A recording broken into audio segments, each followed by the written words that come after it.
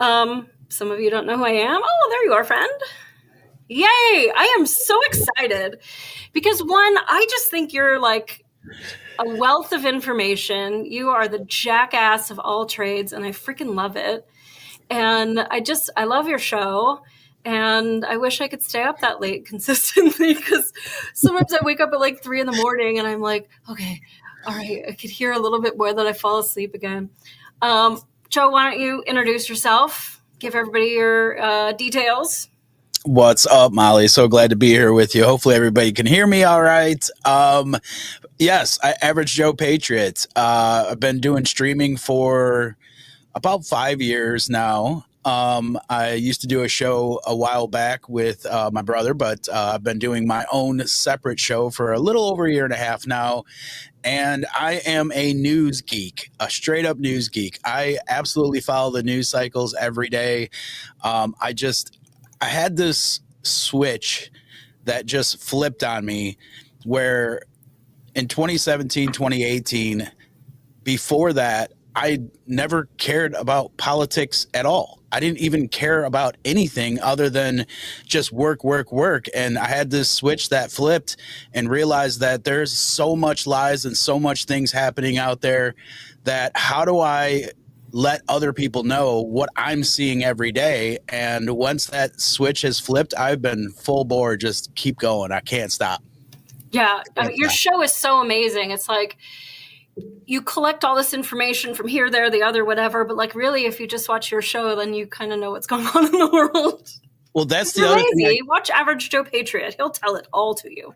Well, that's the other thing. Like, I started realizing that, when I was working full time, and now the last year and a half, I've been streaming full time. But before that, like, people don't have a lot of time to look into all this. So the rapid fire news that I do kind of came from, okay, the first hour of my show is going to be everything that's in the news cycle so people can just watch an hour of it and get what is going on in the news. And then, I kind of expanded it into a little bit of history, some videos, and all kinds of interesting clips and stuff and things. It just kind of, evolved from there. But the important thing is understanding that there's a lot of people out there who work full time and don't have enough time to look through the news cycle like I do. So I was trying to condense it in the first hour, the rapid fire news part of it, to just give people the important information that's going on in the world so they can hop in and go, okay, I know what's up now. And then, if they wanted to research more into it, they can look into it on their own time. But I don't spend a whole lot of time on specific topics. I just kind of cover them quickly and then just keep moving, because there's so much, especially right now in the news cycle, there is so much stuff happening. It's almost impossible to keep up with it all. It really is. Yeah, there's a lot of rabbit holes, and I feel like everybody wants to be the first to put something out. And then, you even have people that are your allies going like, was this fact checked? Cite your sources and all this shit. And it's like, it's a lot. It's a fire hose. So I guess I didn't even tell anybody who I am. I was this asshole many years ago. Looks nothing like you. I thanks. I was skinny and young. I meant like the purple hair, the dark makeup. Honestly, no, I got others. If you don't believe me, I got others.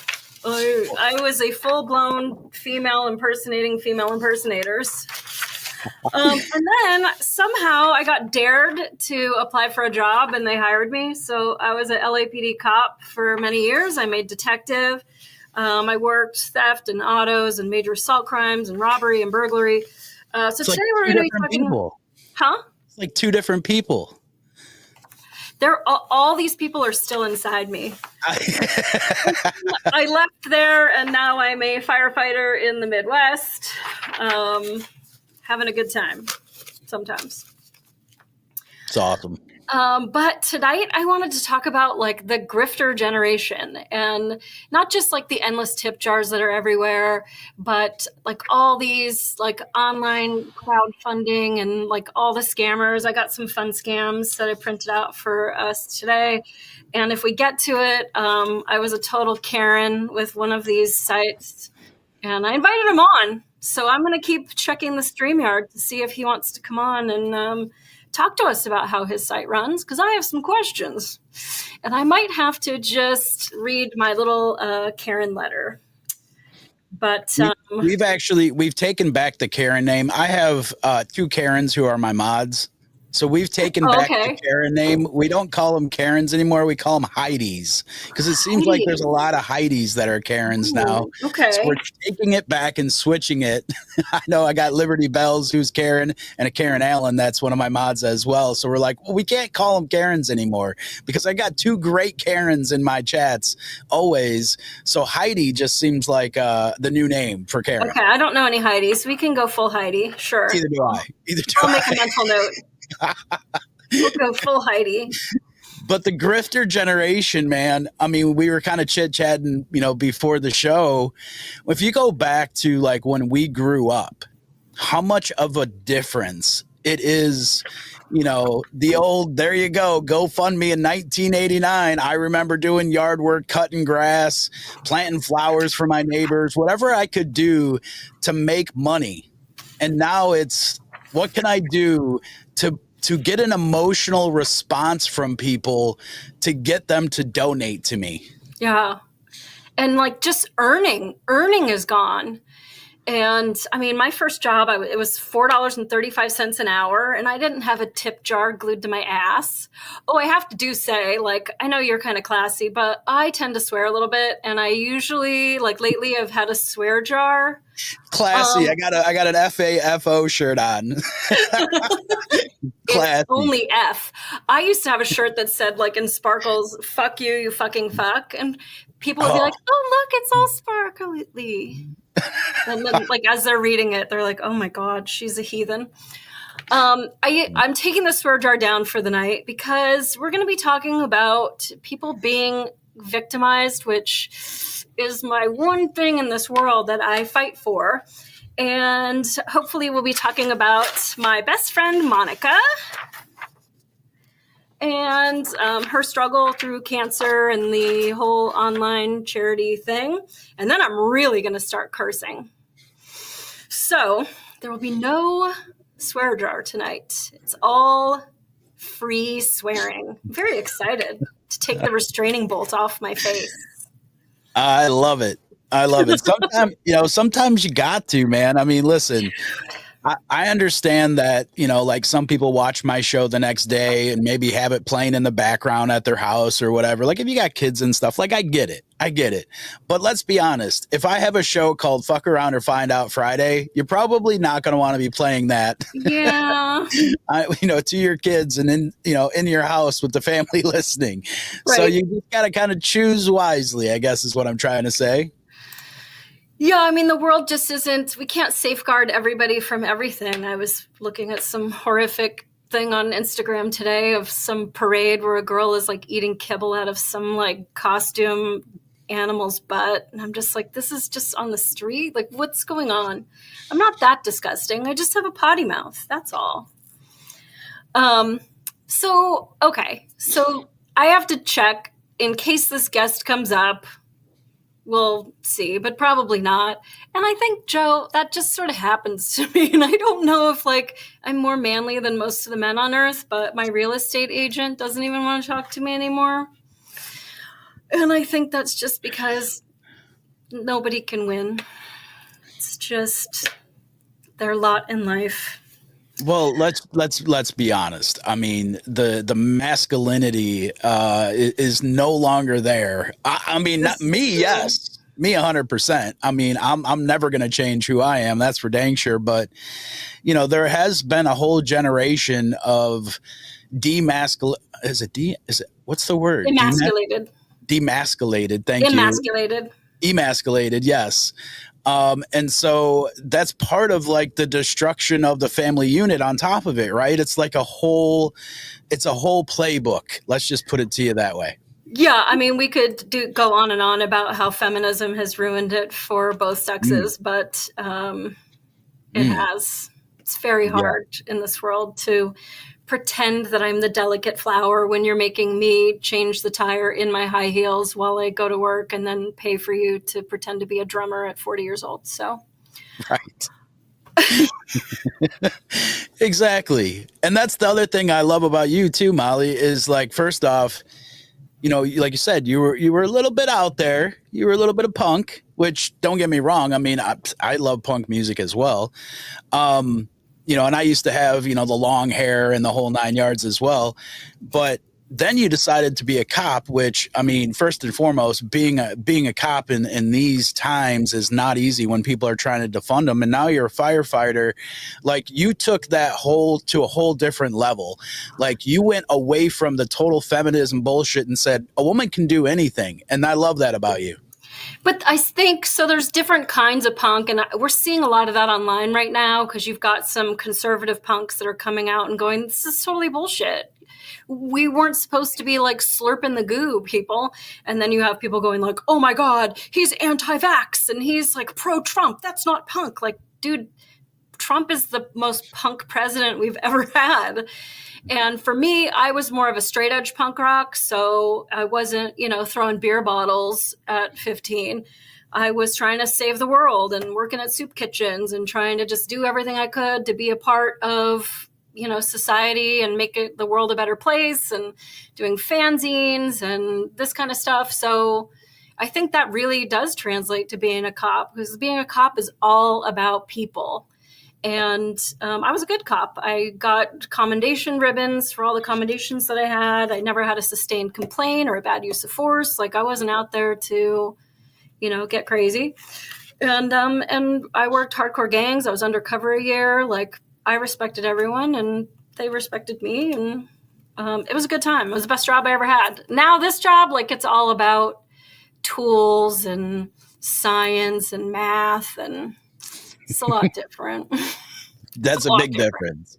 Yeah. Big difference. See, I was like the skater punk.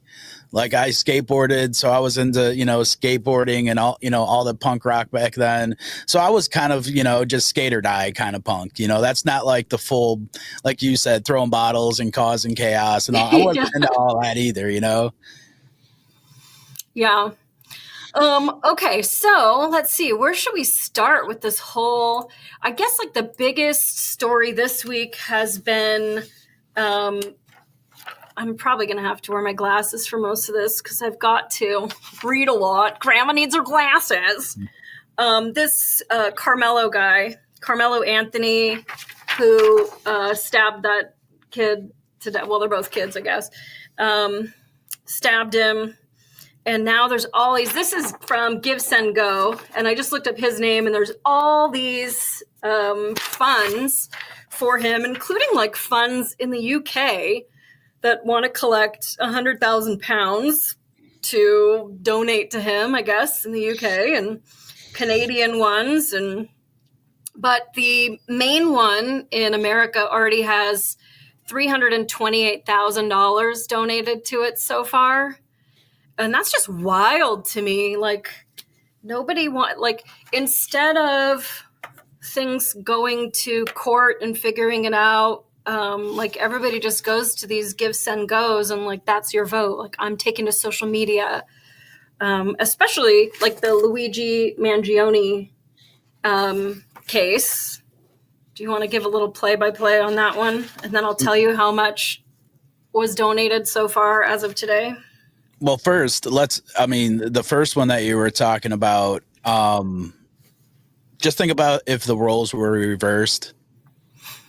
Like, think about if it was, you know, a white kid that killed a black kid, and if there was Go Send Me or give Go Send, like, imagine the outcry, the resistance that would be happening with that situation. But nobody's saying anything because, well, so there is one to protest him, but it's raised $0. Excuse my Band-Aid.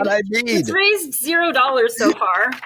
That's exactly what I mean. And they have pictures of him, like, you know, looking his best, flipping off the camera and holding guns and all this stuff. You know, not your typical T-ball player. No. And, like, you know, bad stuff happens to good people, and good people do bad things. I'm not saying that this kid is evil, but is he worth $328,000? Like, could we just, like, hold off a second and stop making everybody rich anytime they make the news? Insane.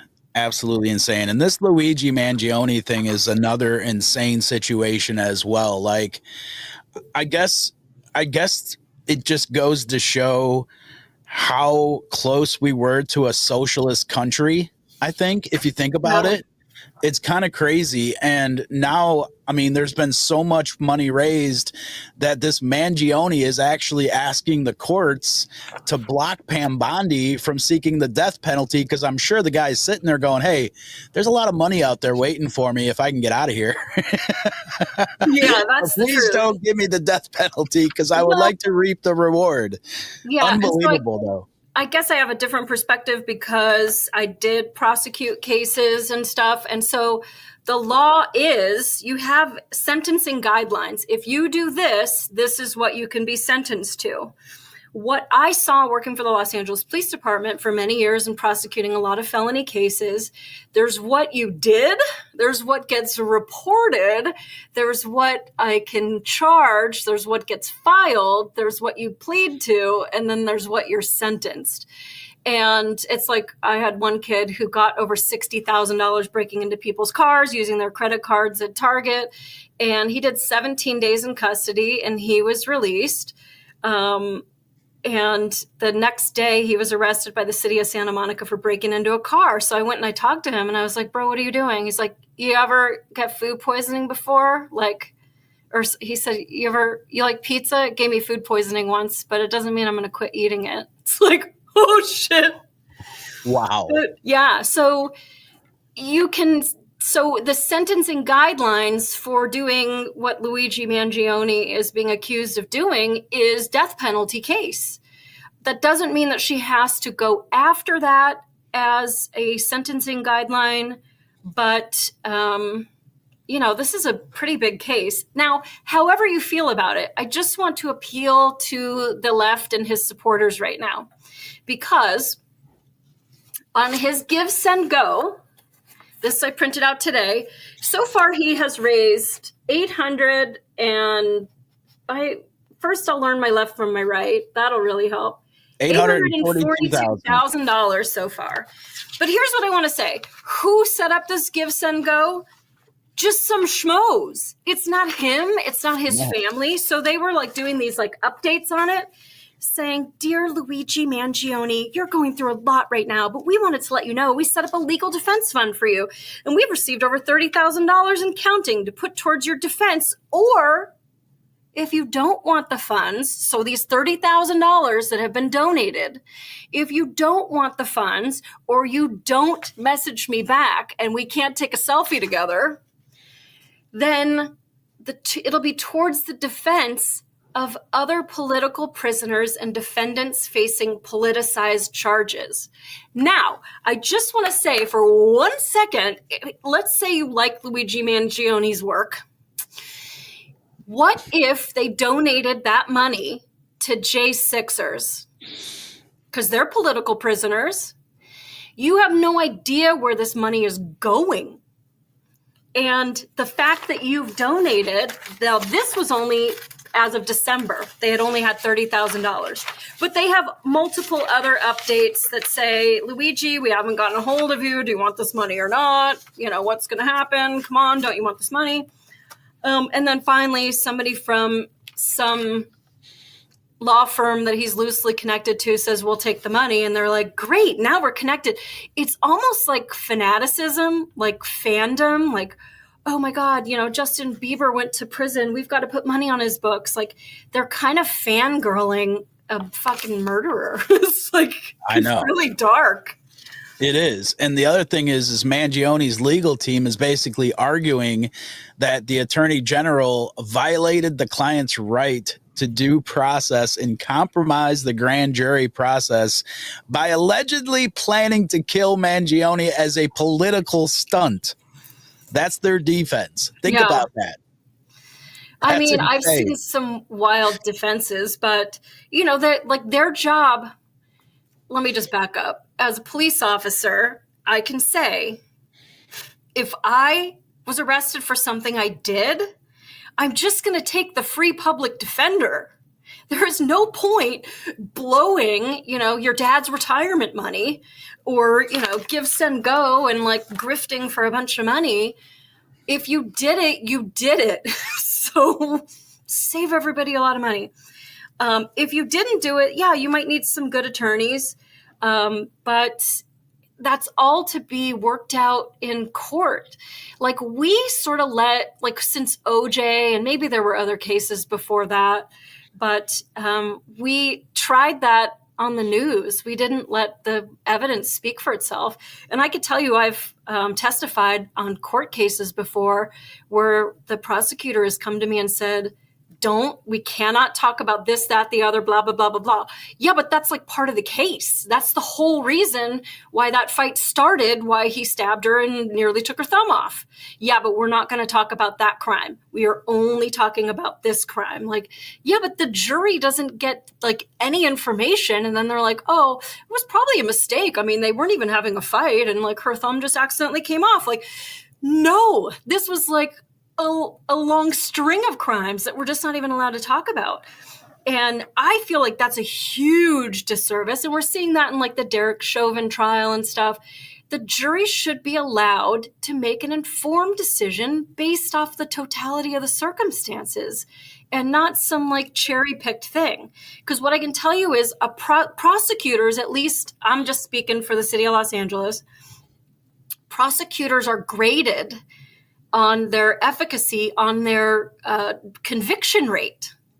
So if you rob me at gunpoint and whack me in the head with the gun and, take my purse and rack up billions of dollars worth of debt and then sell my information so that I'm victim all over the place and everything, and the prosecutor says, we're going to charge him as grand theft person. It's technically a felony, but grand theft person is I'm sleeping on a bus bench with a dollar bill hanging out of my pocket and you take it from me and I don't even know that your hand was anywhere near my pocket.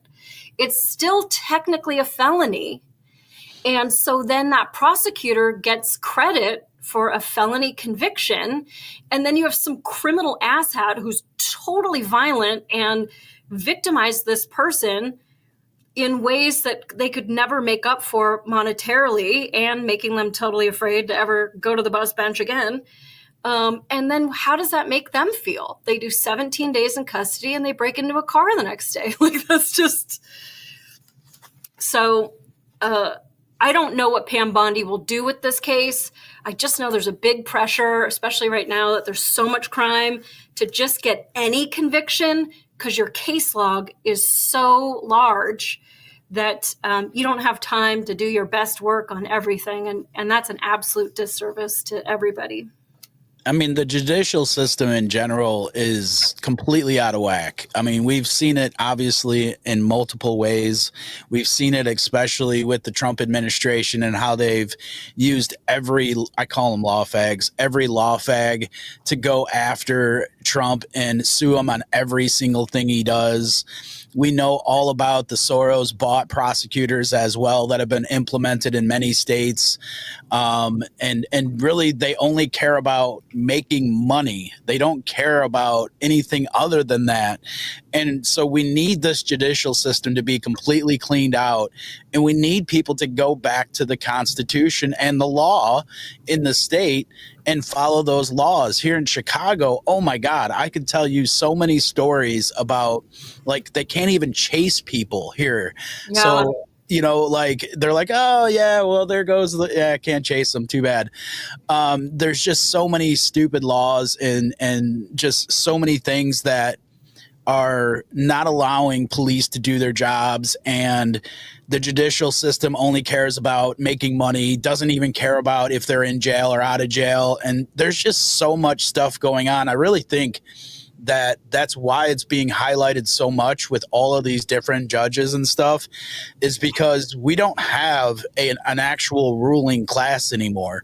We have a bought and paid for class that is trying to allow destruction in America, no matter how they can go about it, whether it's, letting somebody out that just robbed somebody and then they go and do the same thing again anyways. How many times have we heard that? 15, 16, 17, 18 times where they just keep doing the same thing over and over. Yeah. And nothing ever happens. Is they love that chaos because they know they're going to come back in. They know that they're going to get a lawyer. They know they're going to get off and the lawyers are going to make money. And then, that's it. That's all they care about. I had a shoplifter. He had 16 prior convictions with probation as his sentence. And then I had another shoplifting case with him. And these are the times that he gets like identified, because a lot of times like the store doesn't know that the stuff was stolen until they're like restocking it going, I swear I put more whatever out. And so I went to go prosecute this case. And I'm like, certainly they see his rap sheet. They see that he has 16 prior probations. It ain't working.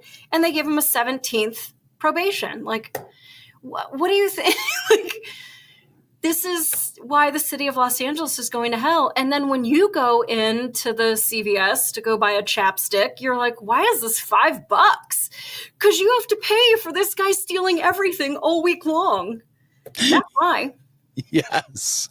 You're so right. You're so right. We are subsidizing this crime. And you want to think like it's a property crime. No, it is a crime against your wallet, against your safety. Because now you have to pay more for your chapstick. You have to pay more for car insurance because everybody takes off after they hit stuff. Like, it victimizes all of society. And I think it really, like, for me, it started when we decided that you were going to give people time off for good behavior. Oh, also Circle of One is in the chat and said, OJ didn't do it though. Oh, I'm going to have a talk with you. That's one of our friends, by the way. I'm not sure if you know who that is or not. Yes, I do. Okay. Yes, I do. I see Laura, Deplore Laura out there, my sis, Texas girl, Texas Trump girl out there as well. Good to see you guys. Also, Woke Society's popped in and snagged a 1-month bronze tier subscription from Big Hair Tsunami. And Duppy is out there as well. Good to see you guys all out there. Yeah, I'm like, the chats are all going. I have to get a second monitor, I guess. I guess I can't keep up with my Amish ways. Yeah, and that's only because of your popularity. Usually it's just me, my friend Rod, my mom might pop in and go, stop cussing, and that's basically my chat. So I figured you had your flip phone out and you just got it set up next to you, Listen, don't make fun of my Galaxy J7 Prime from 2016 with no updates, because the only person on analog is Molly. The battery comes out. That's okay, awesome. You just put another battery in. You don't even have to charge it. Right. I love it. It works. And you know what? It works. It doesn't have to do any updates. And then we were talking about this in the Department of Winning chat today, when like you're being asked to like download all these apps and like use this QR code and everything. I just like hold my phone up and go, bro, it ain't happening. Like, not gonna do it. Not gonna do it. Wouldn't be prudent. Exactly. Okay, so I did have some other grifts, if we want to get into some funny ones. The grift that keeps on giving. Good to see Prairie Fire and Knock My Socks Off. Two of my mods out there as well. Good to see you guys. Well, because there's a lot of different, this whole grifting thing, all these online fundraisers. And it's weird because like there was that one, I can't think of the name of the site, but it started years ago. And it was like when you wanted to start a business and it was like crowdfunding and you just didn't have the money to start your business. So like, hey, everybody, you believe in me, right? I'm going to make this new thing and you guys want me to start this business. But now this is just how everybody decides that they're going to have like moving money, or like I want to go on a cruise, or I have 14 animals in my house and I didn't really think that they'd ever have to go to the vet. Like this has just become like everybody's way of getting money. And we're all putting money into this. It's terrible. This person, let's see if they've got any money yet. Yes, they've raised money. I won't even tell you how much. This is on Give, Send, Go. I'm not even going to plug them, but they are starting an animated PORN series, and it's called Something Depraved. So, and people are already sending the money. So that's good. This guy on GoFundMe says to just get him drunk. So that's really all he wants. He says beer money, and then there's just a lot of misspellings. I think he's trying to say beer. I love goth women so much. Like, I feel like he's already gotten $27, so that's good. Probably can't get drunk for $27. This guy has a goal of 6,500, and it's an online Grifter the musical, a musical jamboree about online grifters that use crowdfunding to convince people to give them money for nothing in return. This project is important to me to highlight the modern world of online grifting and snake oil salesmanship, crypto scams, and other multi-level marketing schemes. A pre-sequel to How to Get Rich Too. So he has 0% towards his goal, unfortunately. Nobody's donated to that? I mean, that was a great description. Well, it's fresh. Let it cook for a little bit. And then, let's see. Oh, this one was kind of interesting. I spent a little bit of time. I love to dig. I mean, it's just my favorite to just dig into stupid things. Okay, you have this couple, however you feel politically, biologically, whatever. It's the same couple. So he's now a she, she's now a he. They want money for this, that, and the other. They want money for surgeries and then move to Germany where people will give them a bigger break. Now, in one of them, they've already raised $7,000. And in that one, their names are Milo and I should have highlighted it, and Nate. But in this one, same couple, they've got Blake and Liam, and they've got how much so far? They have 69 donations so far. I guess I didn't print out that page, but thousands of dollars. And it's just like, help us move. Like, look at us. We're so sad. Give us money. And it's like, they don't even use the same names for these grifts. A couple weeks ago, I showed a guy, because we've been going through these stupid things for a few weeks for the swear jar. And he had 3 up. He was using his same name, so it was like super easy to find. But his neighbor's car caught on fire. Then he was robbed getting food, and they stole his car and lit it on fire. And then he was robbed in his driveway, and his car was set on fire. And it's like, this is a lot of vehicle arson, sir. But he was getting money, and they just, like, nobody looks into him at all. And I think the thing is, like, if you want to give money, fine. Like, I totally believe in helping people out. But I also think that you should be informed when you give money, because, like, we work really hard for our money. And I think if you dig into some of these cases, I think it's immoral to be asking for money based off stupid stuff that isn't true. Like, okay, this one, she has a $10,000 goal. She's got 15 donations already, about $1,000. And I'll spare you their name, but I did a little bit of a dive. So I'm creating this GoFundMe with a huge legal responsibility obligation to raise funds to assist in legal defense. She's desperately trying to raise $10,000 in a short period of time. Please help. Every bit counts. $10,000. Please. Joe, I found a rap sheet. This is just the last year and a half, and just for this one county. So, here are the charges that this person has been arrested for: possession of drugs, theft between $10,000 and $60,000, vandalism over $1,000, no driver's license. That one's stupid. Here's another one. No driver's license. That one's just clerical, so I don't really care. Another possession of drugs. Another vandalism over $1,000.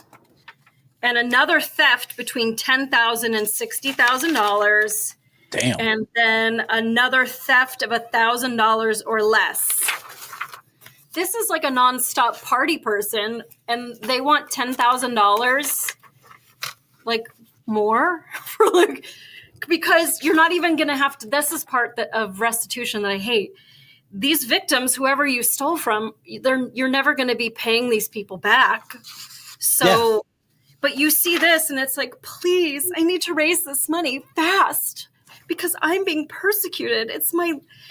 I need legal representation. Like, you need to take the free one. If you can't afford it, one will be appointed for you. It's just so hilarious when you think about it, though, because, they go from, this whole stealing thing isn't working out.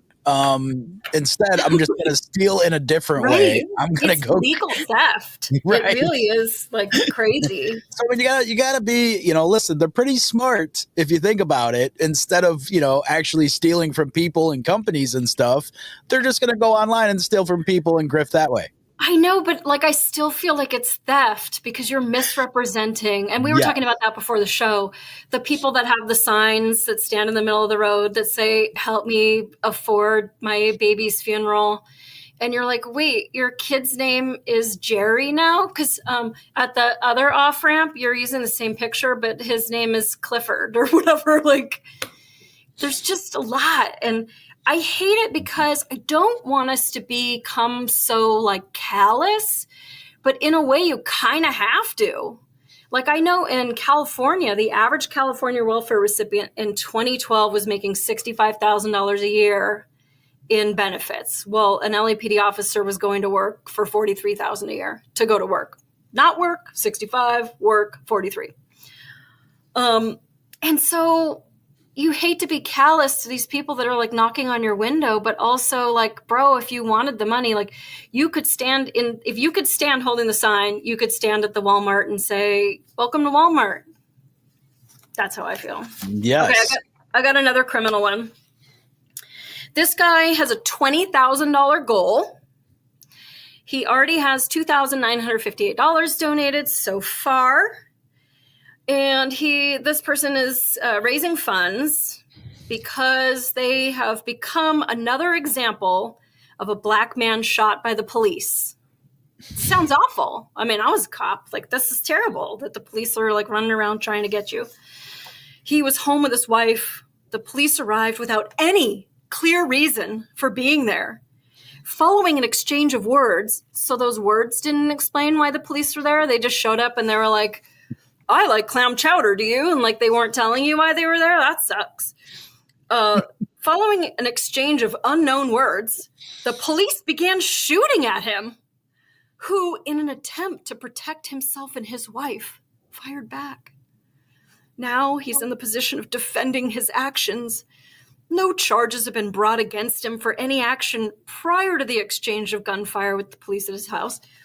Let me explain something to you as a cop. Hi, 911. Yeah. So there's a guy in my driveway and he's pulling on my door handle. Can you come quick? Like, okay, hey, stop right there. Like, screw you. Shootout ensues.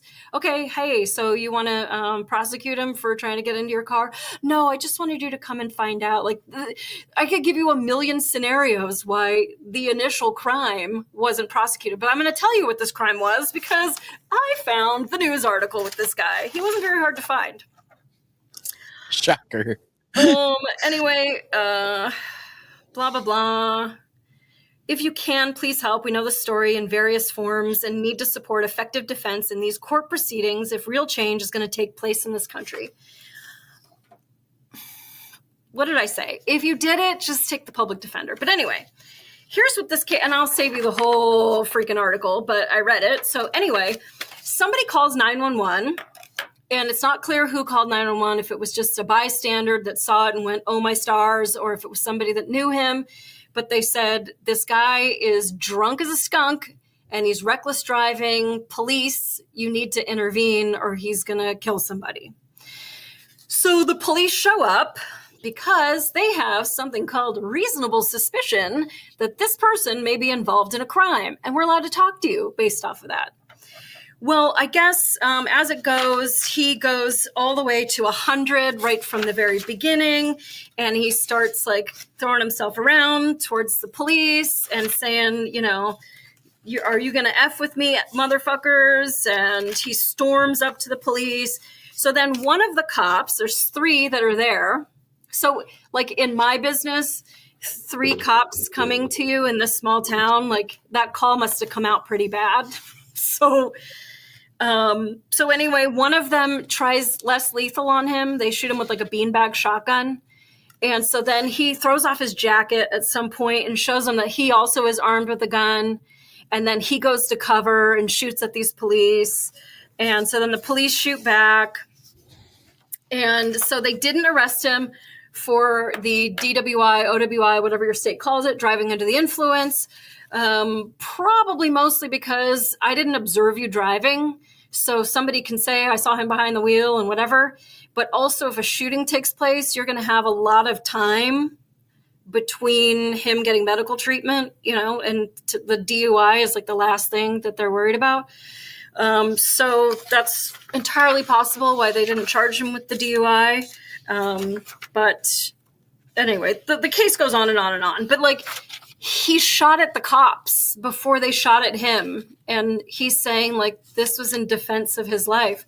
Bro, they were just trying to talk to you because someone called 911 on you. Like, that's it. So the straight up grift though. How right. But if you read his, I don't know where this one was. I think this one was on GoFundMe.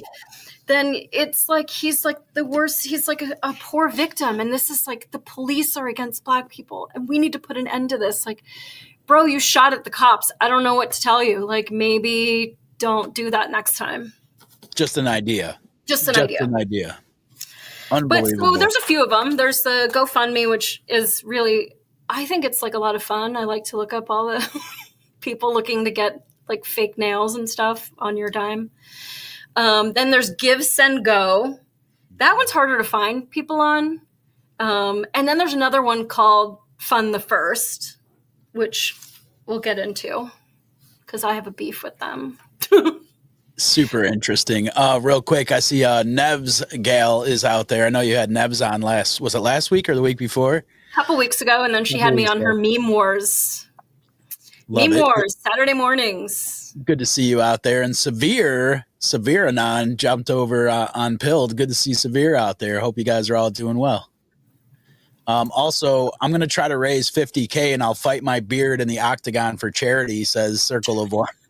I thought that was hilarious. He is so funny. I share memes with him that I would never show HR at work. So that's good. Freaking hilarious. Yes. Rod's over on the Molly Sleuth channel on Rumble says, yeah, I hate when the police show up and for no reason start shooting at me. Yep. I mean, now you could get on GoFundMe or whatever. And there are good charities though. But I will say, I think the best charity are people that you actually know. And it's not the exchange of cash. I think it's showing up and helping them, unload the moving truck or making them dinner when you know that they're having a bad week. And I think that's where we need to go because these charities that are giving like 10, and I think Wounded Warrior was like one of the ones that got busted for like only 10% goes to the actual like family on the ad.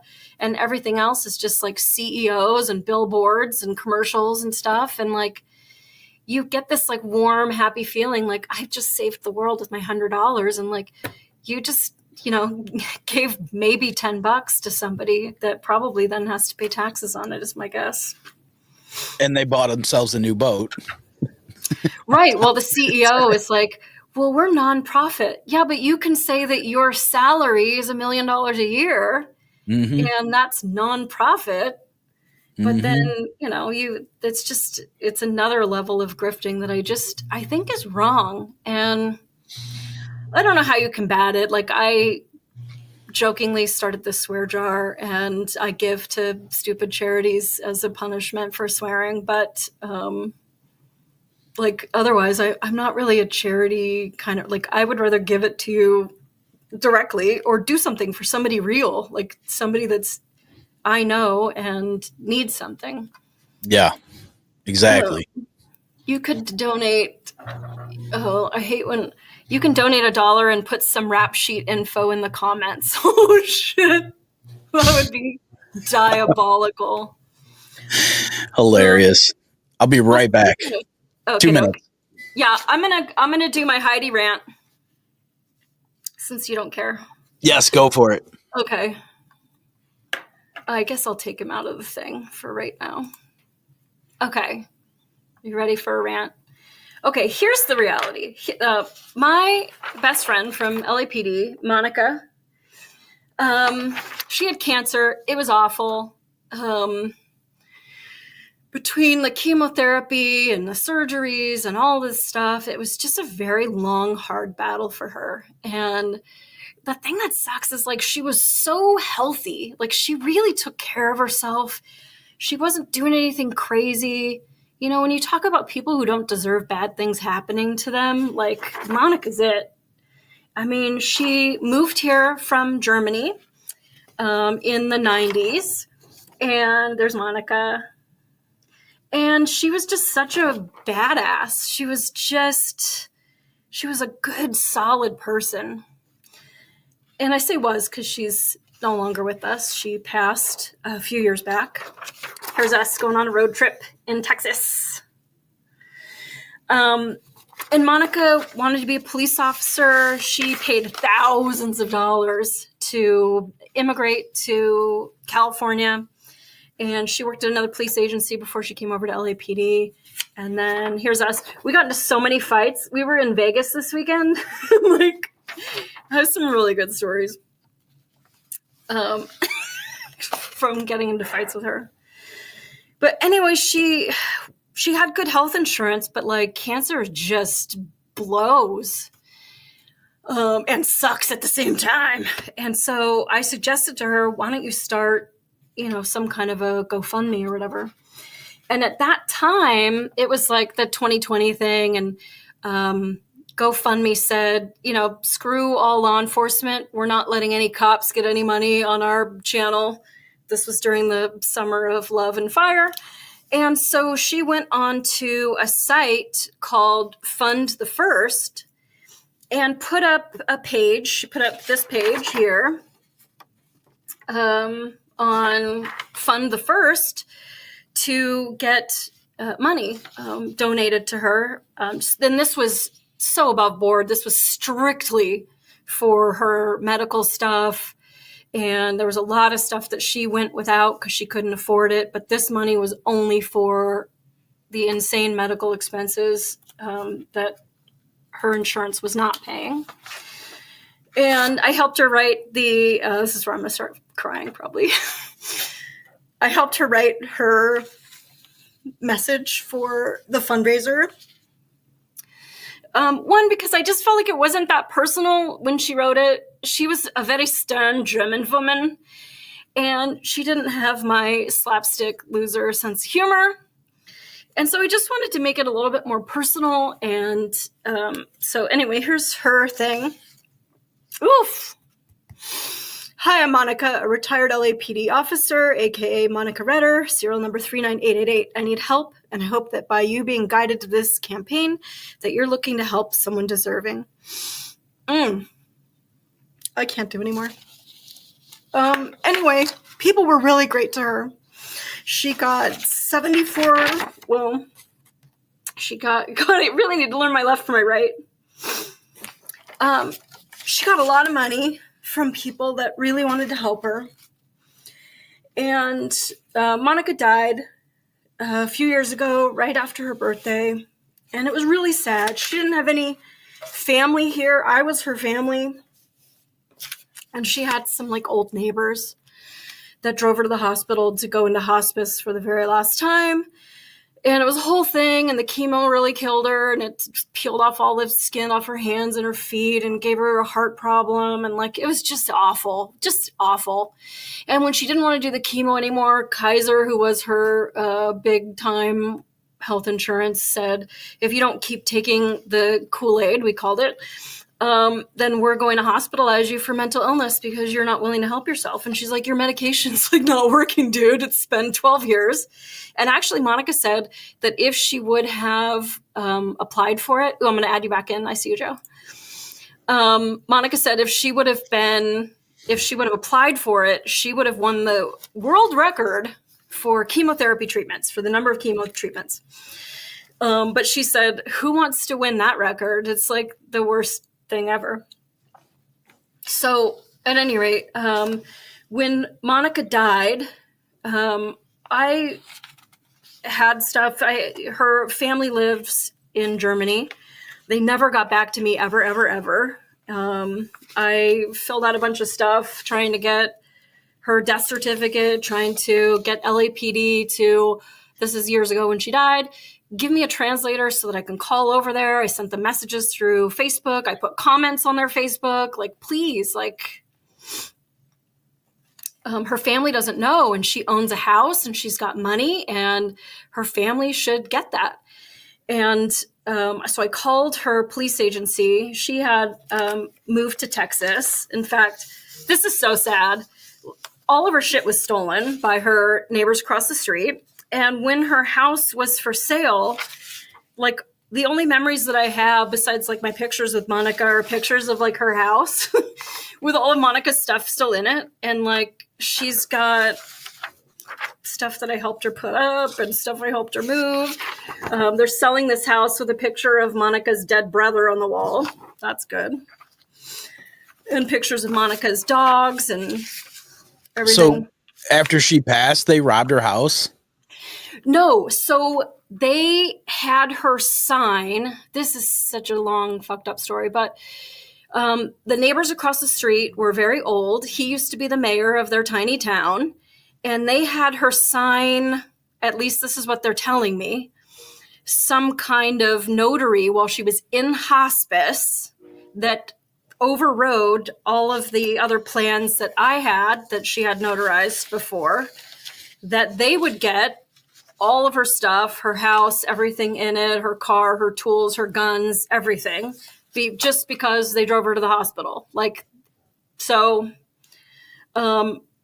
she was so close with her family and sent her mom a lot of money, and her mom's very old, and they live in this like 800-year-old house in Germany, way in the like outside any city kind of a place, and really loved her sister and her brother-in-law. Like, there's no way conscious Monica would ever try to rat fuck anybody out of money. And so I don't know how that flies. I just know that I was listed for everything to contact brother and sister and mom and everything to get them her money. And nobody ever contacted me. So I didn't hear from her for a couple of days, which was very unusual because I talked to Monica for hours a day. So I had the police go over to her neighbor's house to knock on the door and do essentially like a reverse, what we call a welfare check. Like, hey, is Monica okay? And they said, she's gone. And I said, okay, what do you need me to do? Do you want me to fly to Texas? Like, I can go through her stuff and like get stuff to her family. And because, you know, fine, if you want to steal her house and you want to sign everything over to yourself, whatever. But like Monica had, like, we collected rocks and feathers and stupid crystals, and we had gag stuff and her badge and stuff. And you know, those a-holes just threw that stuff out. Yeah. They didn't give a shit about her personal stuff. They just kept all the stuff that was worth money. Monica was a really good person. She would fight for you. She was a good cop. She was very caring, but also very stern. You wouldn't think that she had a good sense of humor, but she did. But so, I don't know why I was thinking about it. I guess I was just going on these journeys through all these grifter sites, and I saw that Monica's Fund the First was still up, and it was still accepting money. And so I wrote them, and I said, dude, like, you got to take Monica down. Like, this money is not going anywhere anymore, and you're still accepting money on her behalf. And like, that bank account doesn't exist anymore. Like, It's all done. So I messaged them a couple weeks ago, said, unfortunately, my best friend from LAPD, Monica Redder, died 12/28/22 in Tyler, Texas. I only tell you guys that because if somebody knows how I can get a death certificate, it will really help Monica.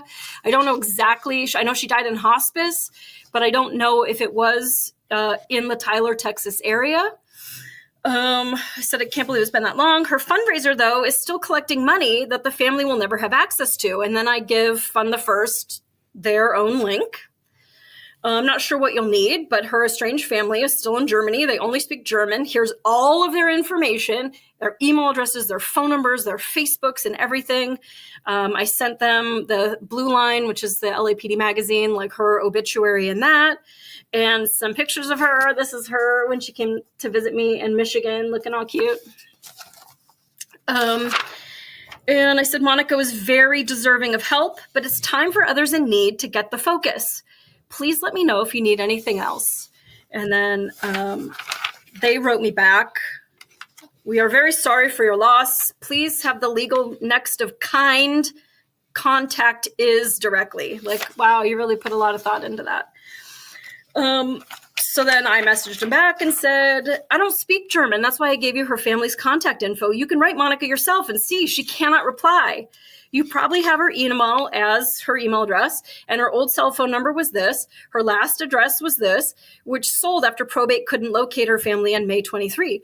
But you might have the Montecito Heights address before that, and she sold that to move to Texas for treatment. Her date of death is also listed in Los Angeles Fire and Police Pensions Board meeting minutes, which I attached to them, and I screenshot it and sent it to you from the Blue Line magazine for LAPD. She was in an unknown hospice, whatever. So I am giving them like all these avenues to investigate. Supposedly the guy who does Fund the First was a detective, but I give him all of these things. Here's the phone number for the neighbors. And here's the phone number for the police that confirmed that she was dead. Here's this, that, the other, blah, blah, blah. There was no funeral newspaper announcement or anything, but LAPD can confirm because the Los Angeles Fire and Police Protective League stopped sending her pension checks in 2023. Here's their phone number if you need it. Her serial number was this, and her date of death and the phone number for the Hawkins Police Department where she lived and everything. So, you know, if you're an investigator, do some fucking investigation. So then they reply, we understand your concern, but we cannot take a third party's word and discontinue the fundraiser. We have specific protocols on our platform, and until a legal next of kin or guardian of her assets contacts us, we cannot end the fundraiser. So she has to tell you she's dead? Like, are you not even understanding what I'm saying? Like, you could easily find out that she's not here anymore. You just call her phone number and then you email her and then you say, hey, if you don't get back to us, then we think there's probably something to do with this and we got to like end this because then it looks like we're grifting because we're accepting money, still accepting money after your date of death, which isn't going to be able to go anywhere. So I replied and said she didn't have anyone, no will, no family in America, nobody but LAPD friends like me and her exterminator who posted it on his Facebook days after she passed.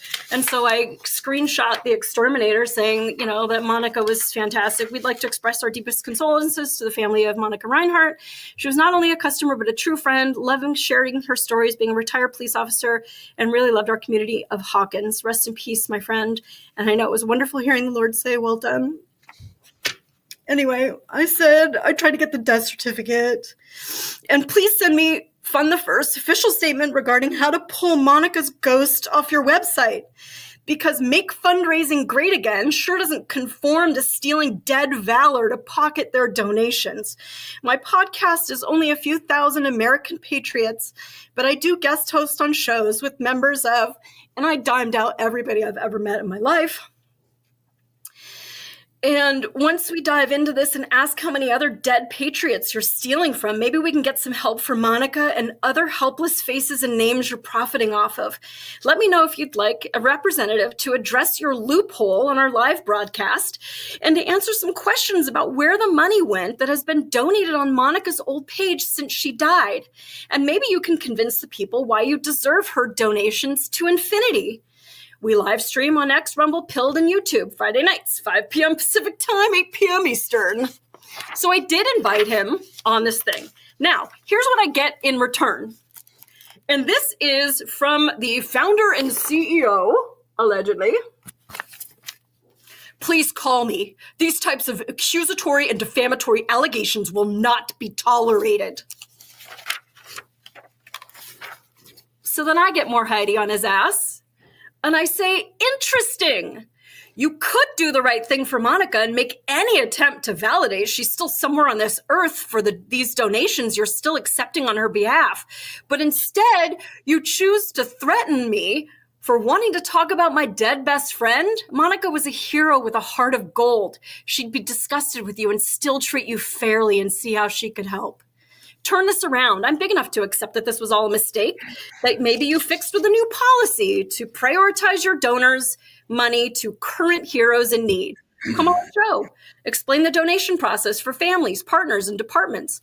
Talk about GoFundMe and all the leftist grifting for nonsense and why your platform started during the Summer of Love as a result, I assume, of GoFundMe's removal of pages for police officers and transferring funds to the causes the donors didn't donate to, allegedly. Talk about typical 501c3s and how their bloated overhead inhibits donations from trickling down in a significant way that direct donations through Fund the First may not, or may. I believe in your business model. I produce my own hero race every September 11th for the department city I'm working with now. So I believe in patriotic, local charity, and certainly serving those who served us. But I also believe in the transparency of where our donors' money ends up. Do you have any SOP in place for verifying or updating pages, like so many of them that have been up for years, and if they're still healing in a hospital or if they've since passed? Did you even try to reach out to Monica's old contact info? You don't have to answer, but you can't prevent me from asking others if they know. Sunlight is the best disinfectant, and right now the country craves transparency, fiscal efficiency, and the return to American ethics. It's up to you if you want to be a part of it. So then he comes back with some dick measuring contest saying, as a retired NYPD detective, I understand, perhaps more than once, the deep emotional impact that can come with difficult situations like this. That said, my team has clearly communicated the specific protocols we follow to maintain the integrity and trust of our platform. Integrity? She's dead, dude, and you're still taking money. Where is that integrity? It's important to clarify that they're a fundraising platform. We do not profit from fundraisers or from funds being held until payouts. So you admit that you're holding the money. Unlike many other platforms, we prioritize transparency through comprehensive identity verification and other safeguards to ensure a trusted environment for organizers, beneficiaries, and donors. Okay, so whatever. He said, lastly, I would more than willing to appear on your show. Sorry, I can't. I would be more than willing to appear on your show. I sent him a link many times. I said, great, this is how the StreamYard works, blah, blah, blah. We podcast tomorrow night. Here's the stream link. Regardless of the show, I look forward to a time when Monica's face isn't used on your site. So somebody in the Department of Winning had reached out to them and said, listen, Dick, like, we're going to be up your ass if you don't take Monica off. So what they did is they took down, you can't donate to it anymore, but they're still using her face on their site, which I think is like really gross. Like, so I was in this really terrible band a long time ago, Joe. It was my friend's band, and he begged me to be a part of it because he just wanted some like tits on stage so people would come to shows, whatever. And I did it because it's my friend. And he kicked me out. Like, was this whole stupid thing. But like, we're like 50 years old now, and he still uses pictures of me to say like how cool he was that he was in this band that he kicked me out of. Like, you still want to tell everybody that you had a connection to me, dude. And it's obviously that's like small beans, but like to still have her picture on your site to say like, look at us, like we're so helpful, look at us. And so I looked into a bunch of other ones. There's not a whole lot on that site, but here's this one. I'm so pissed off right now. Help my wife. So Getsy Whitaker, she's going through stage 4 colon cancer. Awful. I don't know if he worked at a if she was a first responder or he was. But anyway, there's her looking all terrible. Poor thing. And she had a $10,000 goal and got some donations. And I don't know how many years ago. Created August 31st of 2020. This is still an active one. Still active from 2020. This poor woman going through colon cancer. But here's her freaking obituary. She died in 2021. And I don't think that these people are all grifting. I don't know how they go and vet. Hey, hi, is your wife still in the hospital? Okay, all right, just checking, sorry. But you have to do some due diligence. And to say that you're some I was a detective. Well, then you know how to do investigations, sir. And I wasn't Columbo, but look what I found for you. These are all the leads that could help you out so that you don't look like a grifter. But to continue to use Monica's face for donations, to me, is so freaking unscrupulous.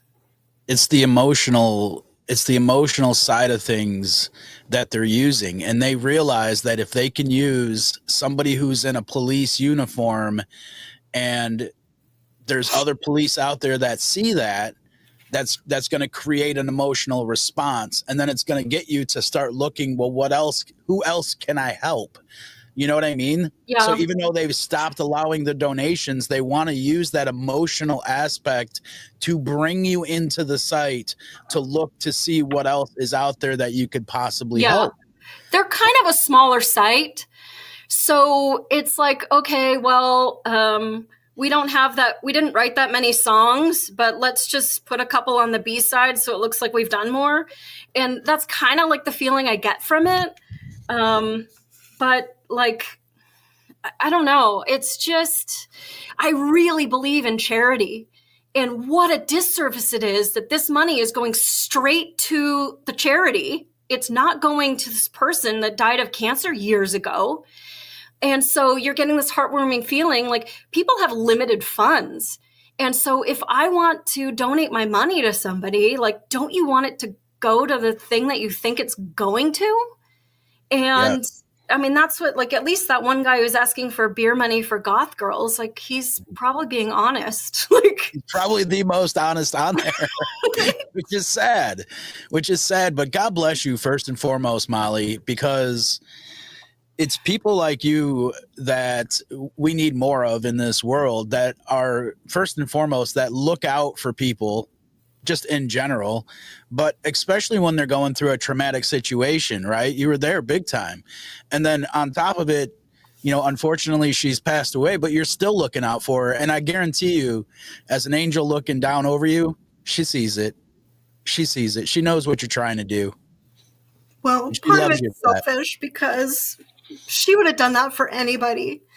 And part of it's selfish too, because she was my best friend for over a decade and I got nothing. I got pictures of her house on Zillow. That's what I got. It's not selfish at all. I just wanted a stupid feather from her house that we collected on a hike. You know what I mean? Yeah. No, I totally get it. Though, that it is funny that people stole her house, and I don't know who bought her house.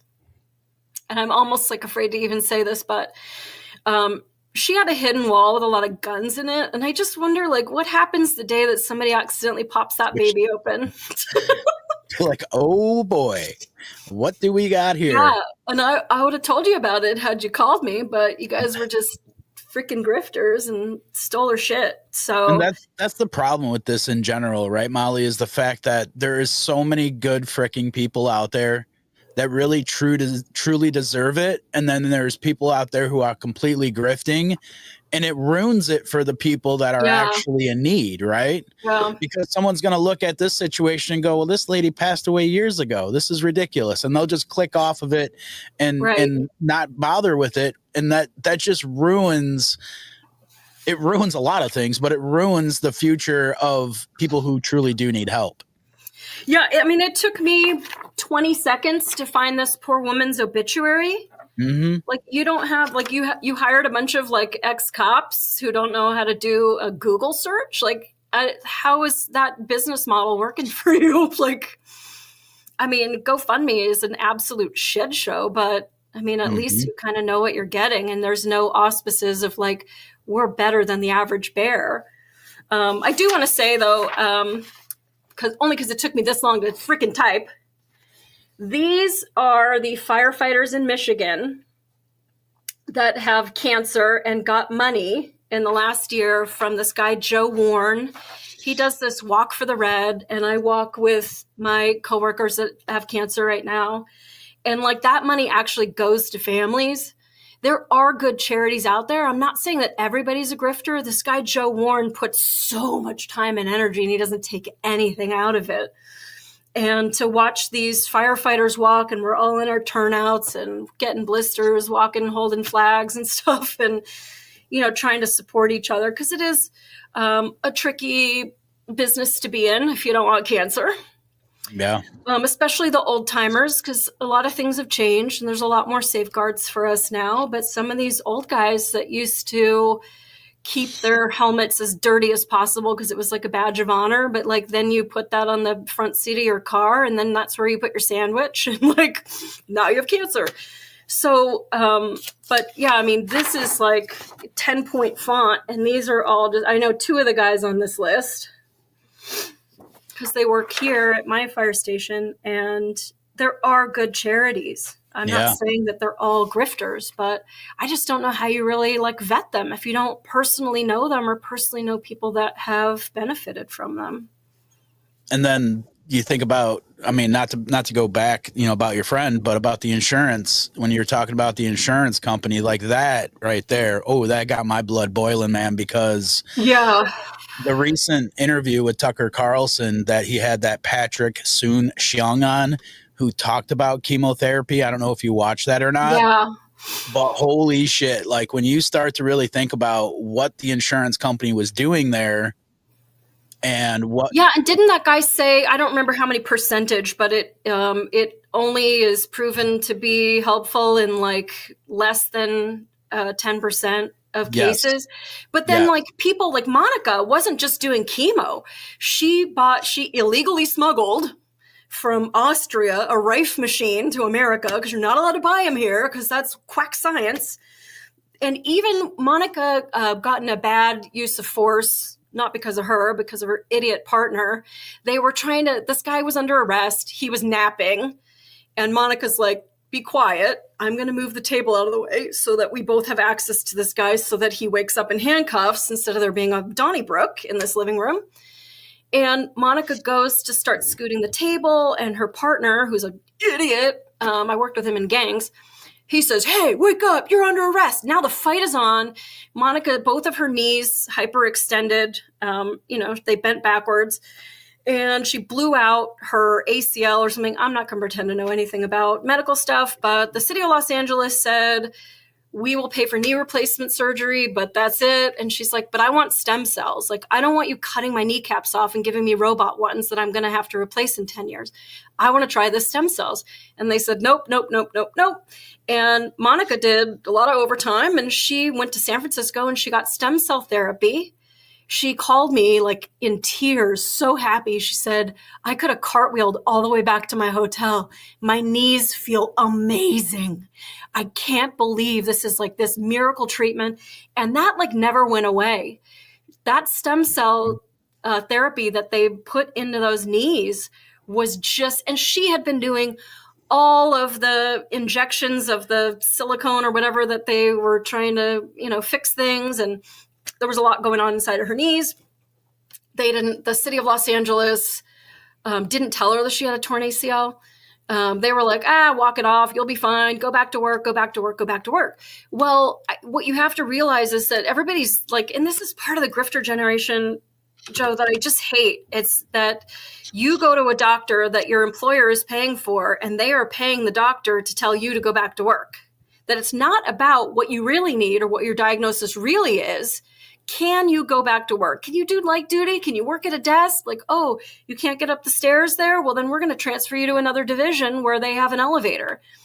And she just got screwed with so much. But with that chemo, man, like that doctor was like, he had to have been getting direct kickbacks. But when he told her he was going to put her on a 5150 hold, which is involuntary hospitalization for mental illness, for being gravely disabled, danger to yourself or others, because she refused to take more of the medication that peeled off all the skin on her hands, her feet, and gave her a heart problem. Yeah, that's the same thing learning about, my dad had colon cancer. He's a Vietnam veteran and got Agent Orange. And, they gave him, a couple of years to live. He did end up living like 10 years, but I was, after watching, Dr. Patrick talk about, what chemo really does to you and the possibility of still having my dad around now, like it's infuriating, really. And then my mom, she had knee issues where they were giving her steroids all the time to pump her up and stuff.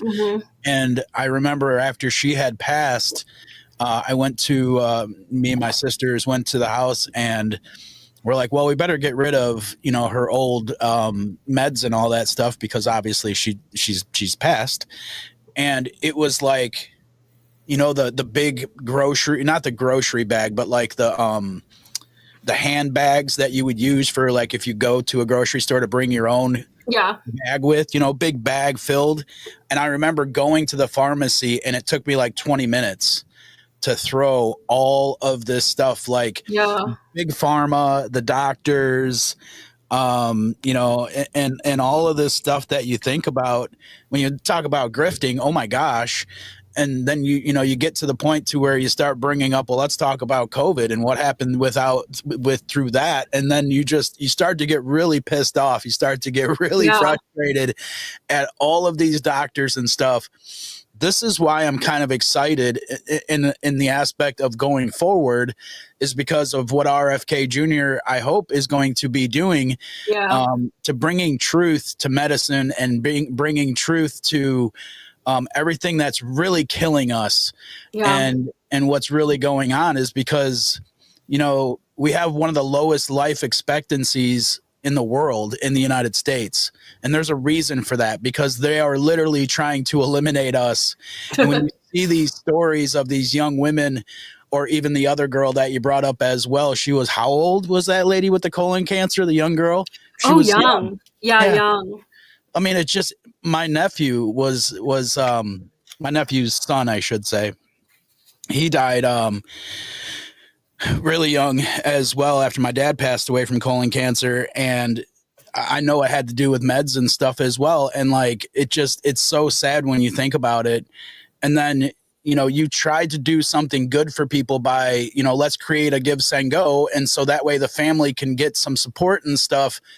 And you just see these people that are grifting, and it's so infuriating. But again, when you think about this in the grand scheme of things, this is what's going to end up partially is why our society is so ruined anyways, right?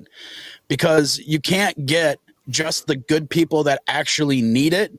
You got to have those grifters to ruin everything. There's always those people. And I was thinking about the January 6ers. I was thinking about the Canadian truckers who were getting bank accounts frozen, who were getting the give, send, go, who actually needed the money. The January 6ers who actually needed the money and had their lives ruined and everything else. The people, those kind of people too, and how it's turned into this political persecution on top of it. It's just sickening when you think about it in the grand scheme of things.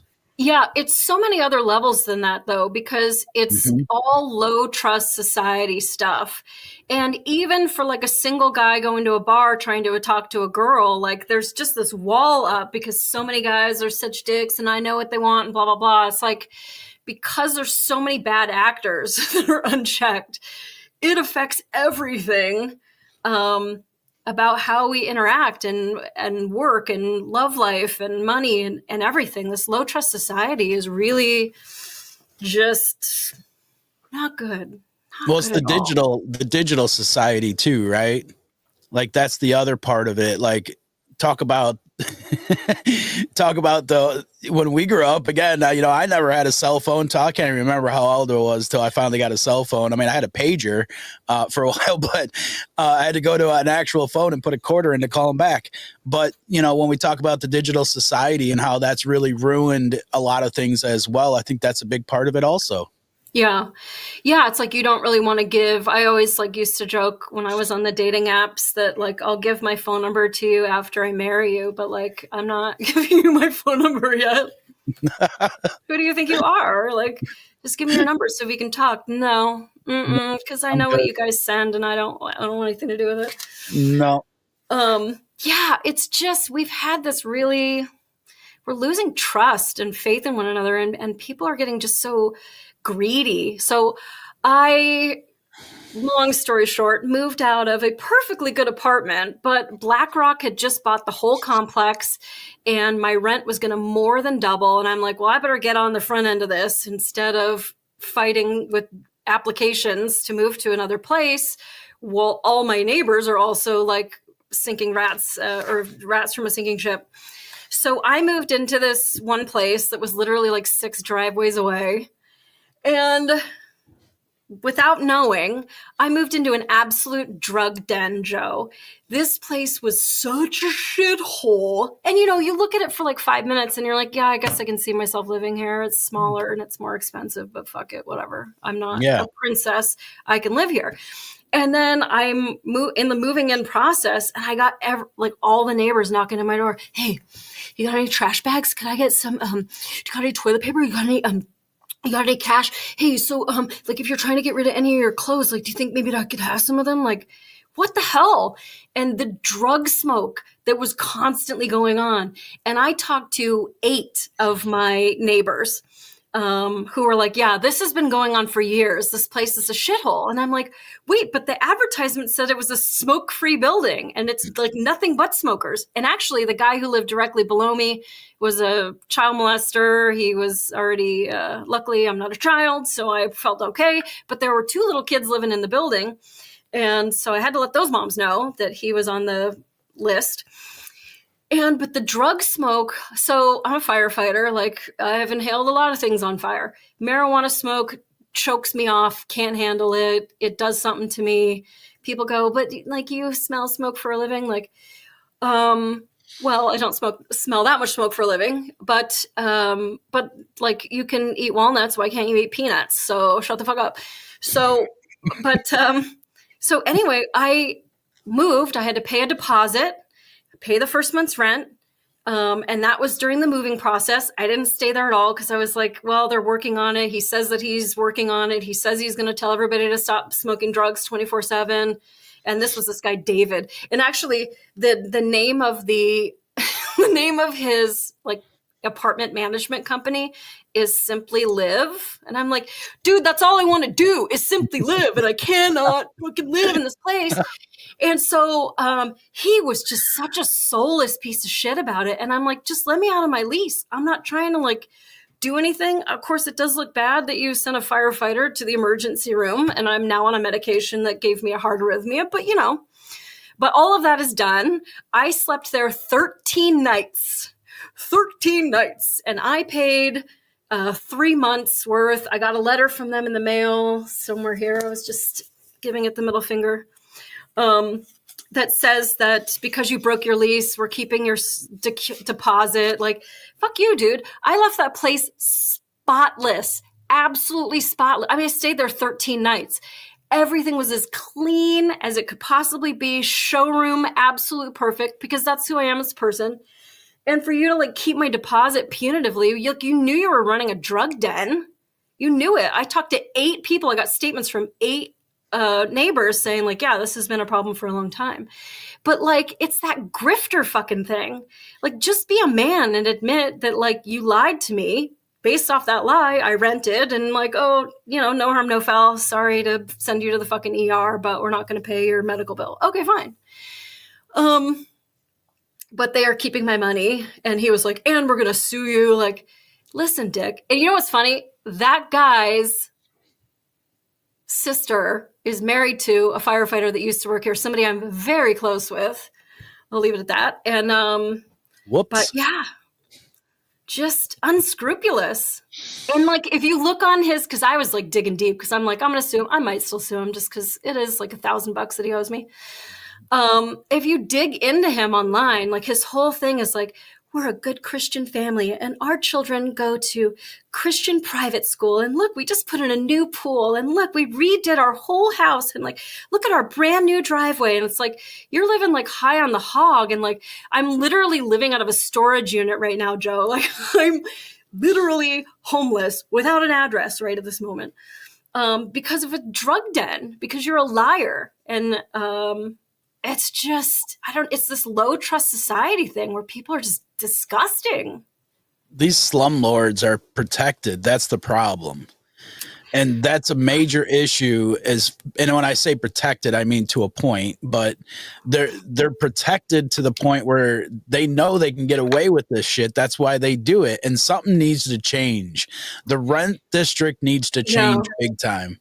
Well, we need more advocates. We need more honey badgers like me that'll dig into this shit. And I did talk to a good attorney about it. And I haven't decided that I want to fight that fight. Mostly because I'm just going to give him a little chance to maybe think about what he's done and maybe just send me back my freaking money that he owes me. But what I can say is that he dared me. First of all, he said that the only medical condition that he would let me out of my lease for is if I went into assisted living. I wouldn't need assisted living if there was fucking oxygen in your building, sir. Right. Right. That like, makes no freaking sense. Oh my God. So then, but yeah, it's just really gross. He dared me. He's like, you're never going to find the owner of I found the owner of the building. And I was like printing out like pictures of his like veterinarian second cousin. Like I have a whole like, and I just was starting to get to a really dark place. One, I wasn't sleeping. I didn't sleep for the 13 nights that I stayed there because you wake up coughing. I don't know if you know anybody with asthma, but the albuterol inhalers, like you wake up coughing, you can't breathe. It's literally like waking up at 3:00 in the morning to somebody choking you. It's shocking to your system. So you have all this adrenaline going.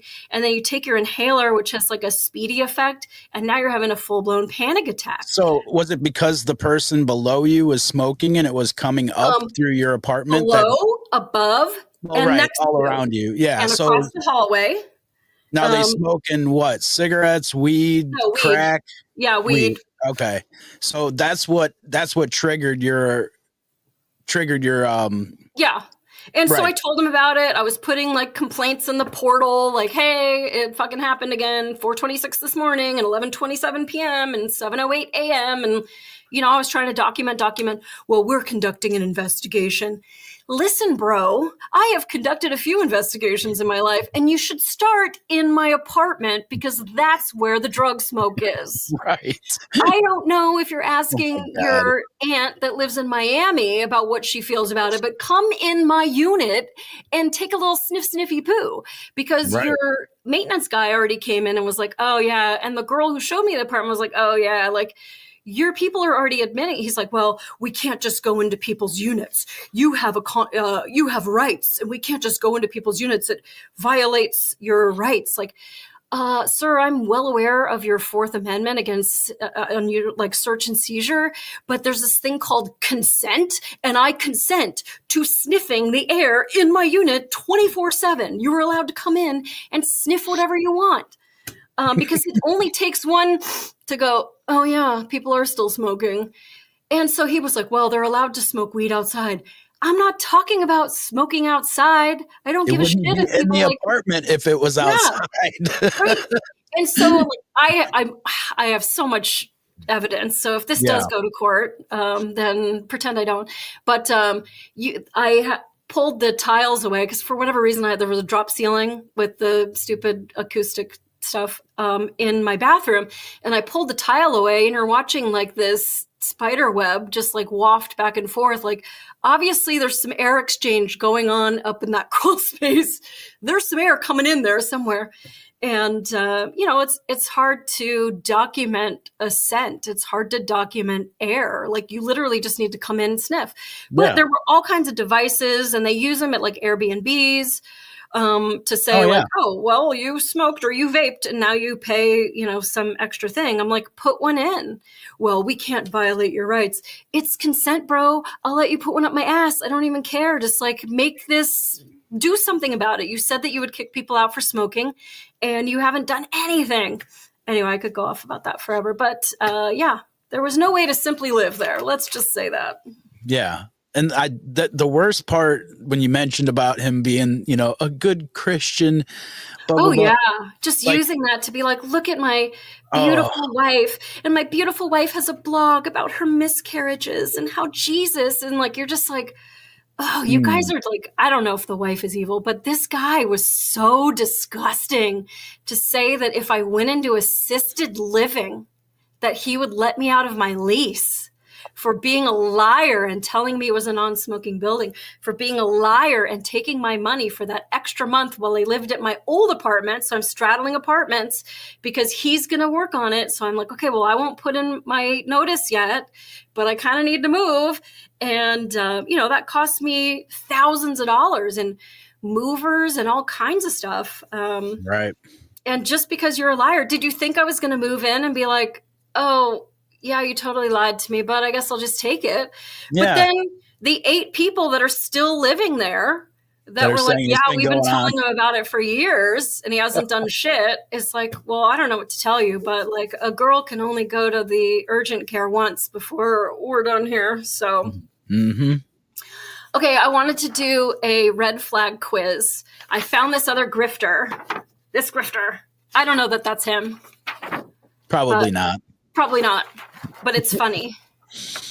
So let me know. I probably won't even get through the first sentence.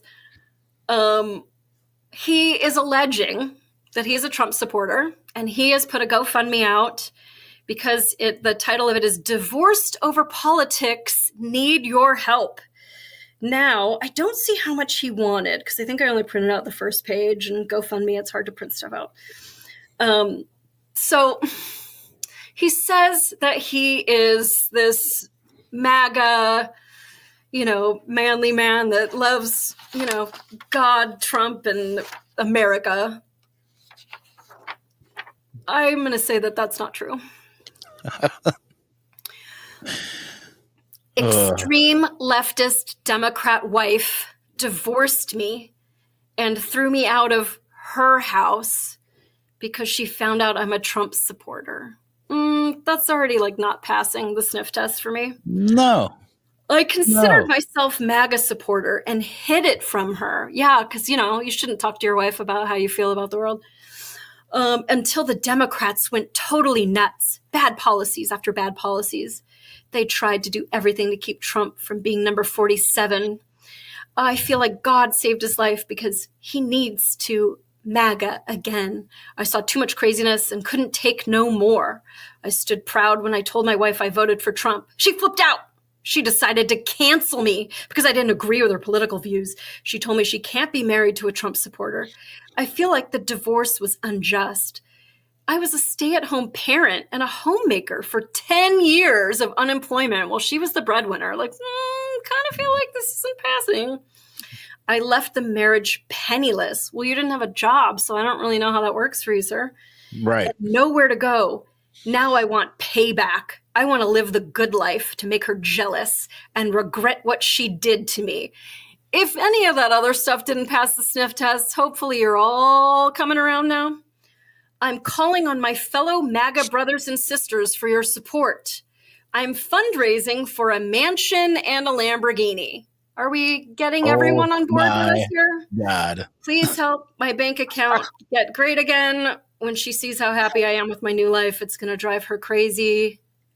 That nothing like a petty husband. God bless you all. Wow. Yeah. Wow. Well, I mean, we've covered a lot of different grifting, but there's definitely some MAGA grifting out there. So you never know if he really is a Trump supporter or not. I mean, yeah, possible. The guy who had the 3 cars that all caught fire, he said that he was wearing a MAGA hat at the time. Yeah. So he was a MAGA grifter, or was posing as a MAGA grifter. So I don't know.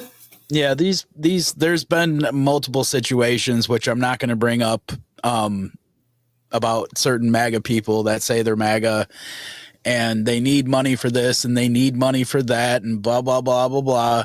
Like, that's one of the things that, I mean, me personally, as being, a podcaster or a streamer, like, I never asked for money. The only time I've asked for money was twice.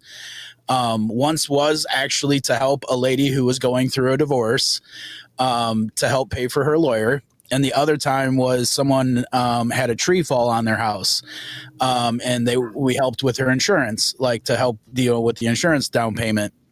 That was the only 2 times I've ever asked for money, ever. I don't ask for money, and I can't stand the people that do. Like, your work should be proof of what you do, right? So when this guy is talking about my wife, I'm a stay-at-home dad, and my wife this and my wife that, like, you have no proof. Of her house. Yeah, like, what did you do exactly then? Yes, I understand that a stay-at-home dad is a big deal.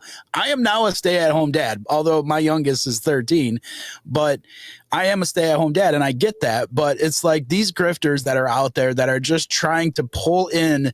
Again, it's the whole emotional thing, right? And it's constantly about creating that emotional response. It drives me absolute crazy. Or people who say, hey, if you can donate, 20,000 this, or, I like, there was a couple of weeks ago, I'm like, hey, if you guys can donate $1 million to me, I don't have to podcast anymore. Like, I can just. Yeah, but we need your information. We have to keep everyone out there. We need to keep him poor so that he gives us the news. Don't donate me $1 million. That way I'll stop. I would never stop regardless, but I can't stand that stuff. We've seen, so-called MAGA people, and again, I'm not going to call out names, but we've seen so-called MAGA people that, I want to move, like, out of this blue state and go to a different state. If you guys could help me out. And then you look at these people and you're like, they're not really, really, truly MAGA, because they're attacking other certain people, like in the MAGA movement. Like, there's just so many grifters that, again, when it comes down to it, the people that actually need it, people are going to look the other way because they're like, oh, this is just another bullshit thing. And that's what pisses me off about this whole situation. I'm so glad that you brought this up, because in the grand scheme of things, you have to have tremendous discernment, right? You have to have tremendous discernment to look into these things, to make sure that they're real. And when somebody talks about getting a Lamborghini and a mansion to make your ex-wife jealous, pretty much tells you all you need to know in that situation. Yeah. But there has been some really good people, that have watched my show that needed help. And I absolutely don't have a problem doing that. And then I've seen other people that are like, hey, I want to stream. So if you guys can help donate so I can get a computer, that would be awesome. And then they get a computer and they're streaming games. Oh, gaming computer. Yeah. Like, that's all they're doing is streaming to game. Like, how is that helpful to anybody but to yourself? Right. I've seen people do that. Like, there's just so much bullshit out there. This world is turned into the me, help me without you helping yourself. And I think that's one of the things that, our parents had instilled in us. I know my dad, and my mom, is you work for everything. If you want a car when you turn 16, well, you can get a work permit when you're 15. So you can start working when you're 15, ride your bike. That's what I did.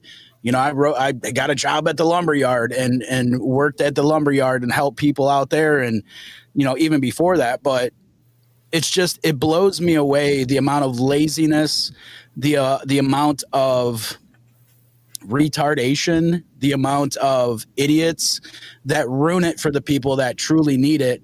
And then there's the grifters themselves. Like, I would love to get this guy's phone number for your friend Monica and give him a call myself. To be honest with you, I would love, actually, you should just post it in the chats out here and we'll post it, have everybody call and say, I think it's time to take it down. He already sue me for wanting to talk about my friend that he's making money off of. So, and he's like, oh, I'm not making money off of her. That money is being held in a bank account. Like, so you admit you have money. What do you mean held in a bank account collecting interest? Like, how does that? Right. Yeah, because when you put your money in the bank, it just sits there until you show up one day to pick it up. Like, no, they invest it. They do shit with it. I don't know. Unbelievable. I'll find what he said. I don't want to misquote him. All of these people that are just, I mean, grifters, the best word to use, are literally ruining it for the good people. And that's what's just irritating, man. Yeah, but we also, like, when you say discerning, we all need to be discerning too when it comes to giving and doing anything. Like, a certain amount of skepticism is natural and it's good for us because it keeps us out of danger. When I was a prostitute, and I mean to say when I was undercover as a prostitute, like, all the things that I wouldn't do as Molly, because, like, that's stranger danger. Don't go talk to him. Don't go stand next to that bush. Like, those are the kind of things that you have to do when you're looking for trouble. But I think a certain amount of skepticism over the, millions of years has kept us alive. True that. So, okay. So let me see what he actually said about how he kept the money. It's just, it doesn't matter how you should just refund everybody. She has passed. Right. But there also should be something where, like, hey, we're just checking in with you. Like, are you still, because there was like a firefighter that had like a broken leg or something, and it was like a 3-year-old thing. Like, does he still have a cast? Like, what's going on? Like, there was just some like stuff where it's like, if you really, I mean, I am a skeptic. I've always been a skeptic, Joe. I'm always the devil's advocate, looking at this, that, and the other. In fact, we could talk about that case that you wanted to talk about, because I find stuff like that fascinating. That girl that was found in the reservoir or whatever. But even without the whole Lamborghini thing, when a man says that when I finally confessed this secret, my wife was such a rabid leftist, she kicked me out. Are you telling me, however long you've been married to her, that you didn't know her enough to know that your secret was going to get you kicked out? So really, you got yourself kicked out. Right. And like, there was another one, because you said that the people with the podcast, and I don't remember if she wanted $10,000. I think it was $40,000 that she was trying to get so she could start a podcast. Like, all you need is a Samsung Galaxy J7 Prime. Like, that's all you need from 2016 with a removable battery. Well, I mean, but 40K could get you a pretty nice studio, though. I will say that much. I mean, but like I'm here I am in my studio that I spent 40 grand. Wait, I'm in my garage. Never mind. Right. I'm at work with all of my house plants here because I'm homeless right now, and my boss has to look at my plants until I get some housing. Look at us go. Yeah, when you stop seeing the plants in front of my, then you know that I have housing. You don't need 40,000, but her whole thing started with she was fired from her corporate job for standing up to Black women, and now for standing up for Black women, and now she wants to have a podcast, and I need $40,000. So that's good. Yeah.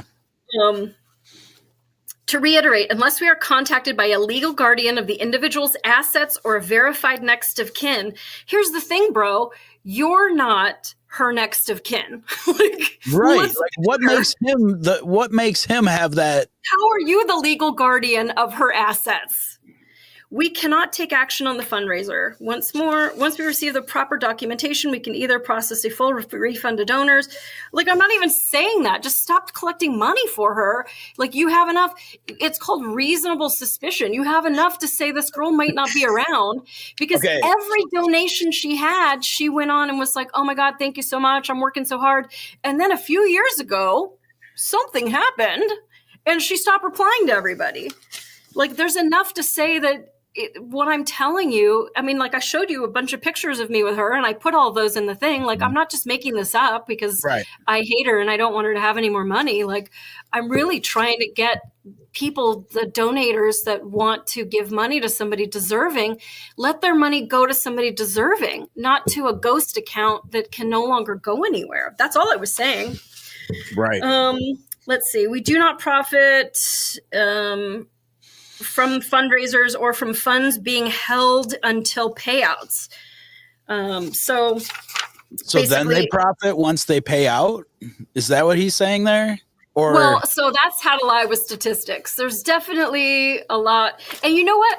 So what was the girl's name that was found in the reservoir that you wanted me to look into that case? Yeah, so the Kylie Rodney thing is super interesting, and I know some of the people that have watched my show, like they probably were even like trying to figure out why I was talking about it so much. But this Kylie Rodney that disappeared in Truckee, California, and they couldn't find her, allegedly, but they also couldn't find a digital footprint for her, being I think she was 16 or 17. 16. Yeah, 16.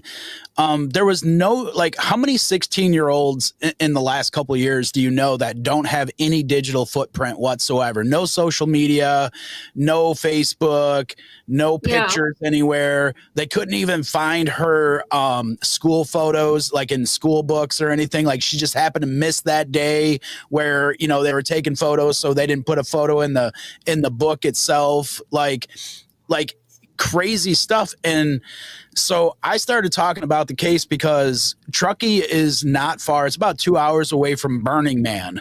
You remember what Burning Man is all about? Mm-hmm. Okay, so it's, I mean, within 2 hours of Burning Man, it's basically, you know, pretty close by. Then I started looking into, well, what is Truckee? Because I don't know anything about that area. And I started doing research on Truckee, and I found out John Podesta has a house in Truckee, California. And I'm like, well, that's interesting. Like, all of these interesting things that I started looking at.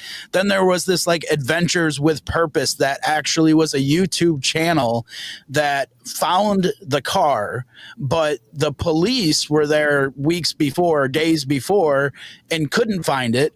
Yeah. But this YouTube channel somehow found them, and like as they're showing it, like can I see the top of the car, like literally in the reservoir from, so like why didn't the cops find it? Then you find out that Adventures with Purpose actually had somebody who was a child predator working for them. So, you know, you're like adding up all of this stuff, and in the meantime there's a Give Send Go making over $60,000 for the family, and you're like, wait a minute, there's no digital footprint. It started making me wonder if this was just a grift. Like, and I want to preface this because having a 16-year-old die after going to a party, or if she drove into the reservoir or somebody drove her into like, that is terrible. Like, I want to preface that. Okay. So like, I don't want to take anything away if this is real, but the fact of the matter is there's a lot of evidence out there that leads me to believe that they were grifting off of saying that there was somebody killed when maybe there wasn't somebody killed, which is just crazy when you think about it. And then I was also thinking about how there was a certain person on a certain platform that was trying to raise money to get his wife to be flown over from another country to the States. And I had done a little bit of my own investigation and found out that it was actually fake. And it was from Russia. It was actually a mail order bride that they were trying to get. And I called them out to the point to where they ended up giving back everybody their money and shut it down. So there's that aspect of it too. But this whole Kylie Rodney case really made me think about like these missing persons that they say that don't have any digital footprint. Again, creating this emotion of weeks of trying to find her. We can't find her. We can't find her. Please donate. Please help the family. And you're like, where's all the proof of this girl?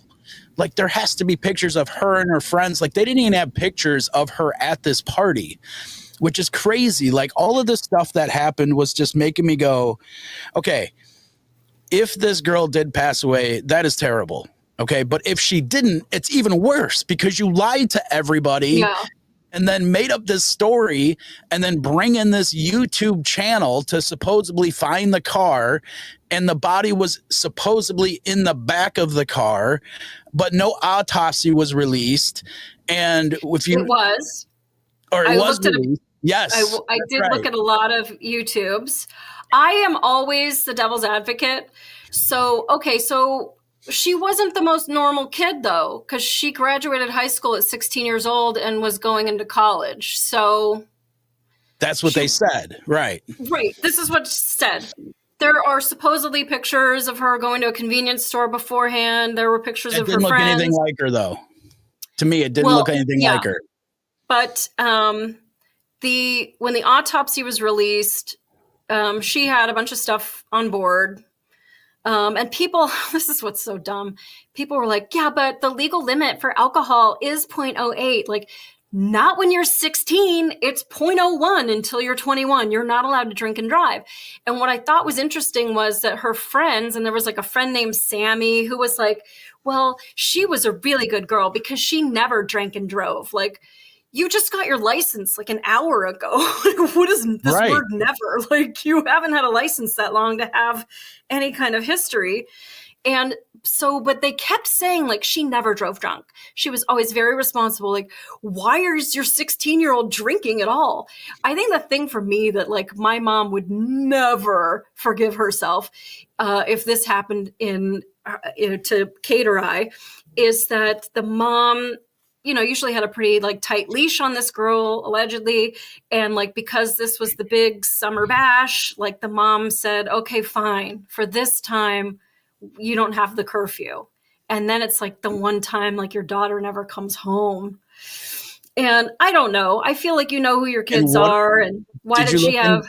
Did you look into the tow truck driver at all in that discussion? Because that was the other thing that was really strange. Yeah, but he didn't know if that was her. Are you talking about the guy who thought he saw her with the guy and that she was acting kind of shifty and was like, can you explain to me how I put my seatbelt on? Like, you kind of just go like this. Well, could you maybe show me again? Like, that whole thing seemed weird, but even he wasn't sure, like, what was she wearing? What day was it? And he just saw like the missing poster and was like, I think that was her. Yes. And that there was a dude there and he kind of had acne, but it could have been freckles. And he kept walking around the car and it seemed kind of weird. So you did look into this a lot then. I love to dig, Joe.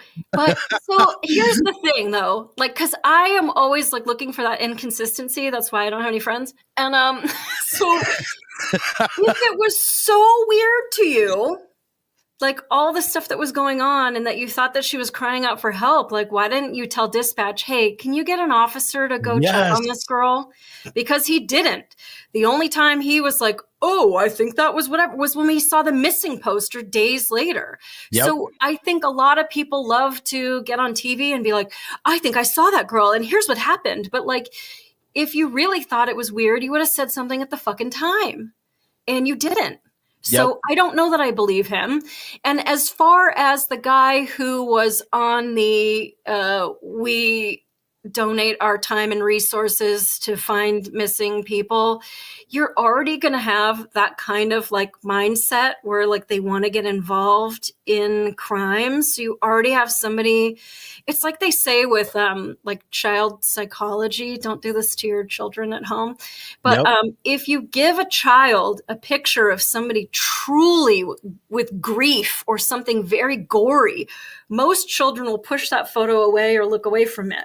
It's the ones that take it and closer and look at it longer that you need to worry about. And so I can say, because I worked for the city and we towed a lot of cars. I love towing cars. Sorry, everyone.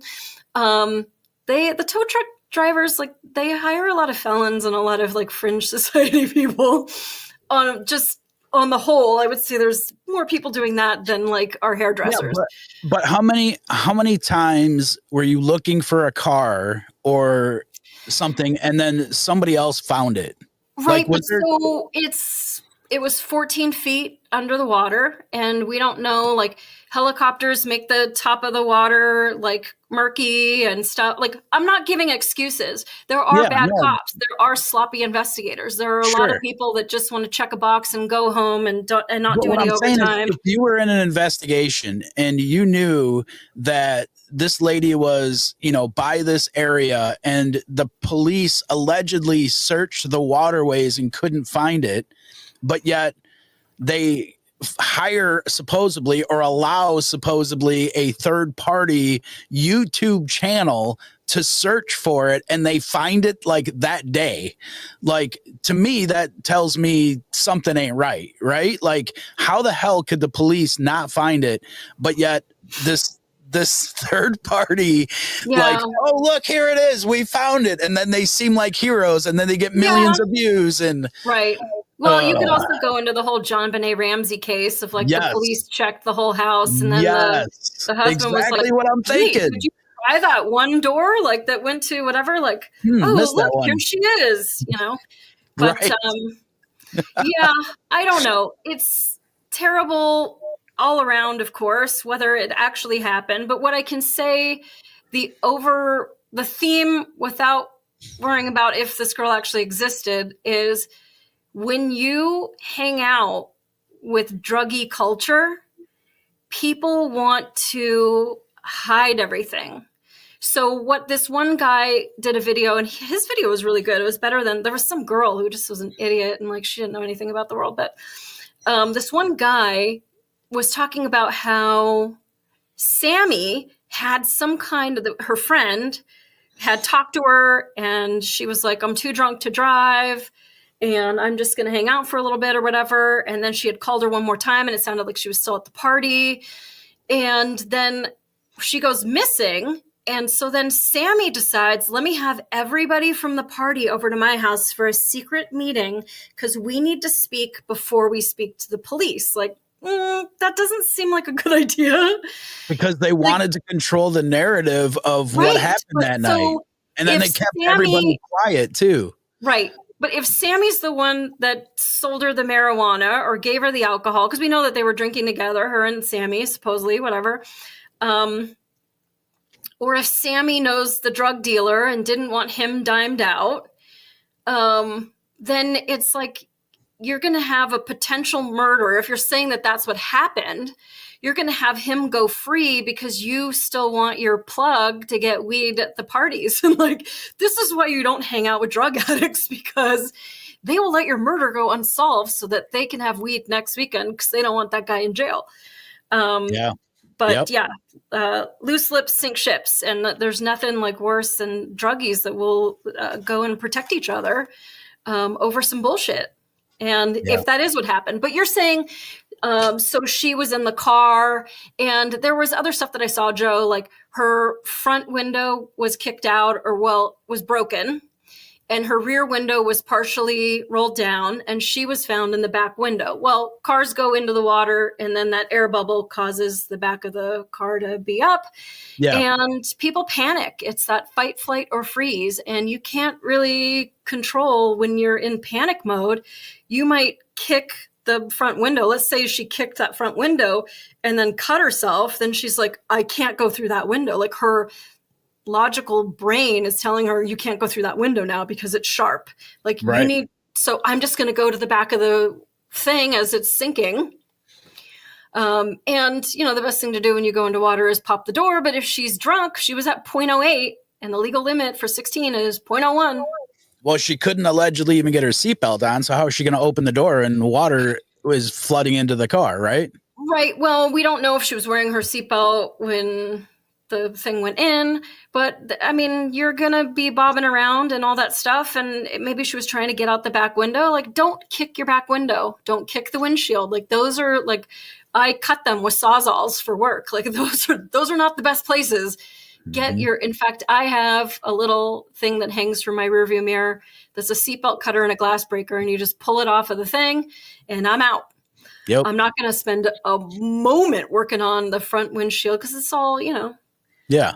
That's like one of my fears. That's like one of my fears, by the way, is like dying while I drowned. Well, that's then like you definitely, it's, I can tell you because when we do these car extrications and we're breaking all kinds of windows, and we do these trainings, which are really fun, where we get to like break a bunch of shit, which is just a great time. But I'll have to send it to you, because I have bought the ones that look like a hammer. I've bought the ones that look like none of them seem to really work that well. And this one, let me see. I don't know if you could still see me, but seat belt cutter. It's a tiny little thing. Rescue Me, RES, letter QME. They have them in a bunch of different colors. They hang off of a little like like a little rope, little piece of lanyard or whatever. Yeah. And you don't want it. Hot tip, everybody. You don't want it in a glove compartment, your center console, the door pocket. If your car flips or goes into water, or like up is down and down is up, things aren't going to be where they were.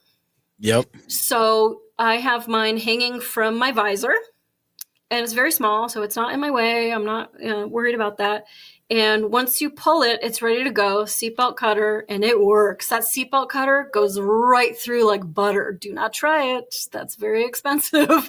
Yes, it's expensive to replace those. And do not try it on glass, because it works, and it works the first time. That really is like the best tool in my turnout gear. Awesome. Now you're not going to have to drown. See, Joe? I need it. I need to get that. That is just like my worst fear. And what's crazy is I was like a fish ever since I was a kid. Like, we used to go, up to Wisconsin or Michigan and go on the lake all week and swimming and all that stuff. Like, I'm a fish. Like, I don't have any problems, but it's still like, I just remember having nightmares. I'll just leave it at that. Like, I don't know why. Like, it's just there. It's ingrained. But I know I'm a fish. I know I'm a good swimmer. I'm like, I'm not really worried about it. But it's like one of my biggest fears is like drowning. Like, either like, in a boat or in a car or whatever. But I don't know, man. It's just one of those things, and I'm not scared of much. I was pretty much a fearless kid growing up. I mean, I've had multiple broken bones, and I've had actually 5 broken collarbones. And yeah, I was a crazy kid. Like, I did a lot of crazy stuff. So like, having that fear of like drowning, like, where did I get this from? But it was because I had nightmares of it. Like, so it's good to know that there's the Rescue Me. I probably have to get that and put it in my car just in case. Yeah, but they have a bunch of different colors. I got a bright orange one just because it's that much more visible if I need to grab it, whatever.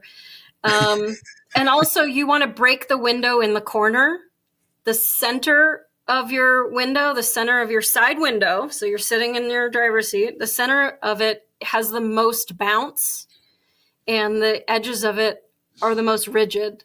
So you don't want bounce. So if you're trying to kick a window, whatever, like, really this little tiny thing, it's I wish I had it on me, but it really does the job.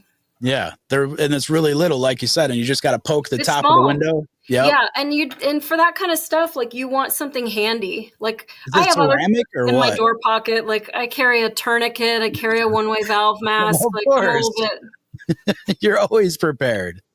I'm a little bit. Yeah, they called me Tackleberry when I was with LAPD, because my favorite tool that I had. This is going to scare everybody. My favorite thing that I had on my person while I was like going to calls was a reverse peephole. They actually exist, and they actually work. And it's just like, it looks like a tube of lipstick, and you put it up to the peephole, and it reverses inside the now I can look in your house.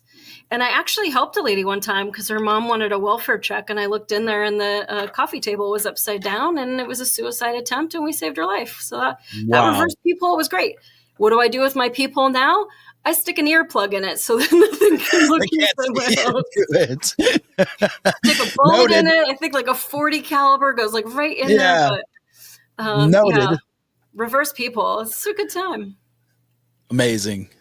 Dude, thank you so much. I'm like, I just think the world of you. I think that you're so like high resolution, and like, you just have your shit together. So for you to come hang out with me is just such an honor. I mean, 2 hours is just absolutely flown by. I could literally just continue to keep talking to you. But unfortunately, Yes, for sure.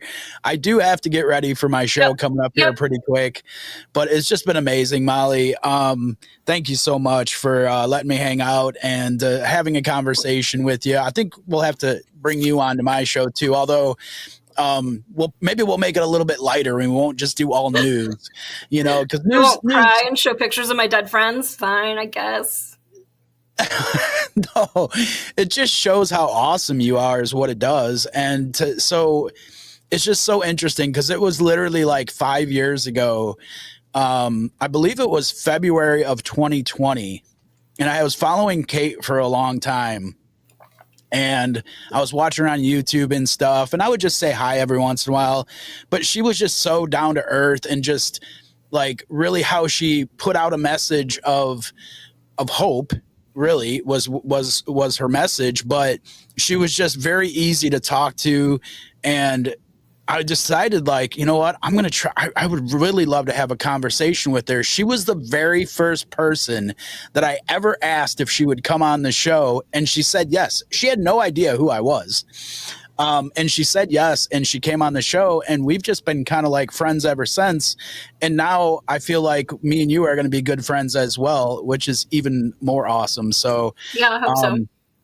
It's great. Plus you're in Michigan, and I have family in Michigan that I want to hook you up with that are good people that know a lot of people in the area as well. I want to get you connected with them. I know my sister, Texas girl, will probably agree as well that you would totally get along with them.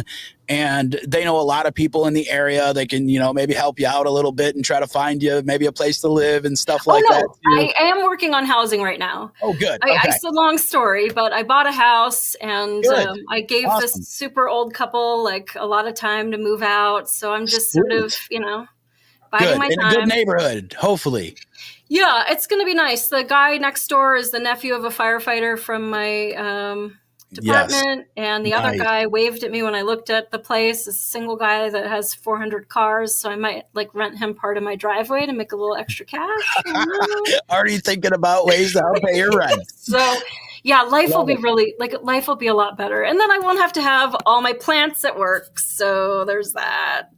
Yes, you got to find a place for those plants. But although now you're creating some great oxygen in there in the office for you.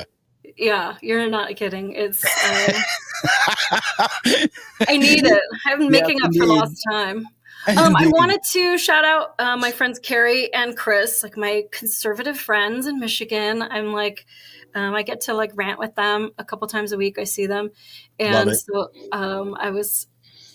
they were like, we got to get out of here. We got to go home and watch your show. I was like, okay, I'll shout you out. That's my first shout out. Woo, I'm so love it. And then next week I have my friend Rod on. We're talking about identity theft. Nice. And I might get full Heidi again because ID theft, they're scum. And then Mike Turk's going to come back, Officer Turk. He put me on this like weight loss program, and I had a mint chocolate chip shake today for dinner. So I feel like I'm going to get yelled at. And I don't know, I got some other things going on. But I'm going to get off now with you so that I can watch your show from my Samsung Galaxy J7 Prime 2016 with a removable battery. Samsung should just send me like as many as they have like out in a vault. Okay, let me turn off YouTube because they can't listen to music and that sucks for you, YouTube. You should all come to Rumble and watch me there. So YouTube.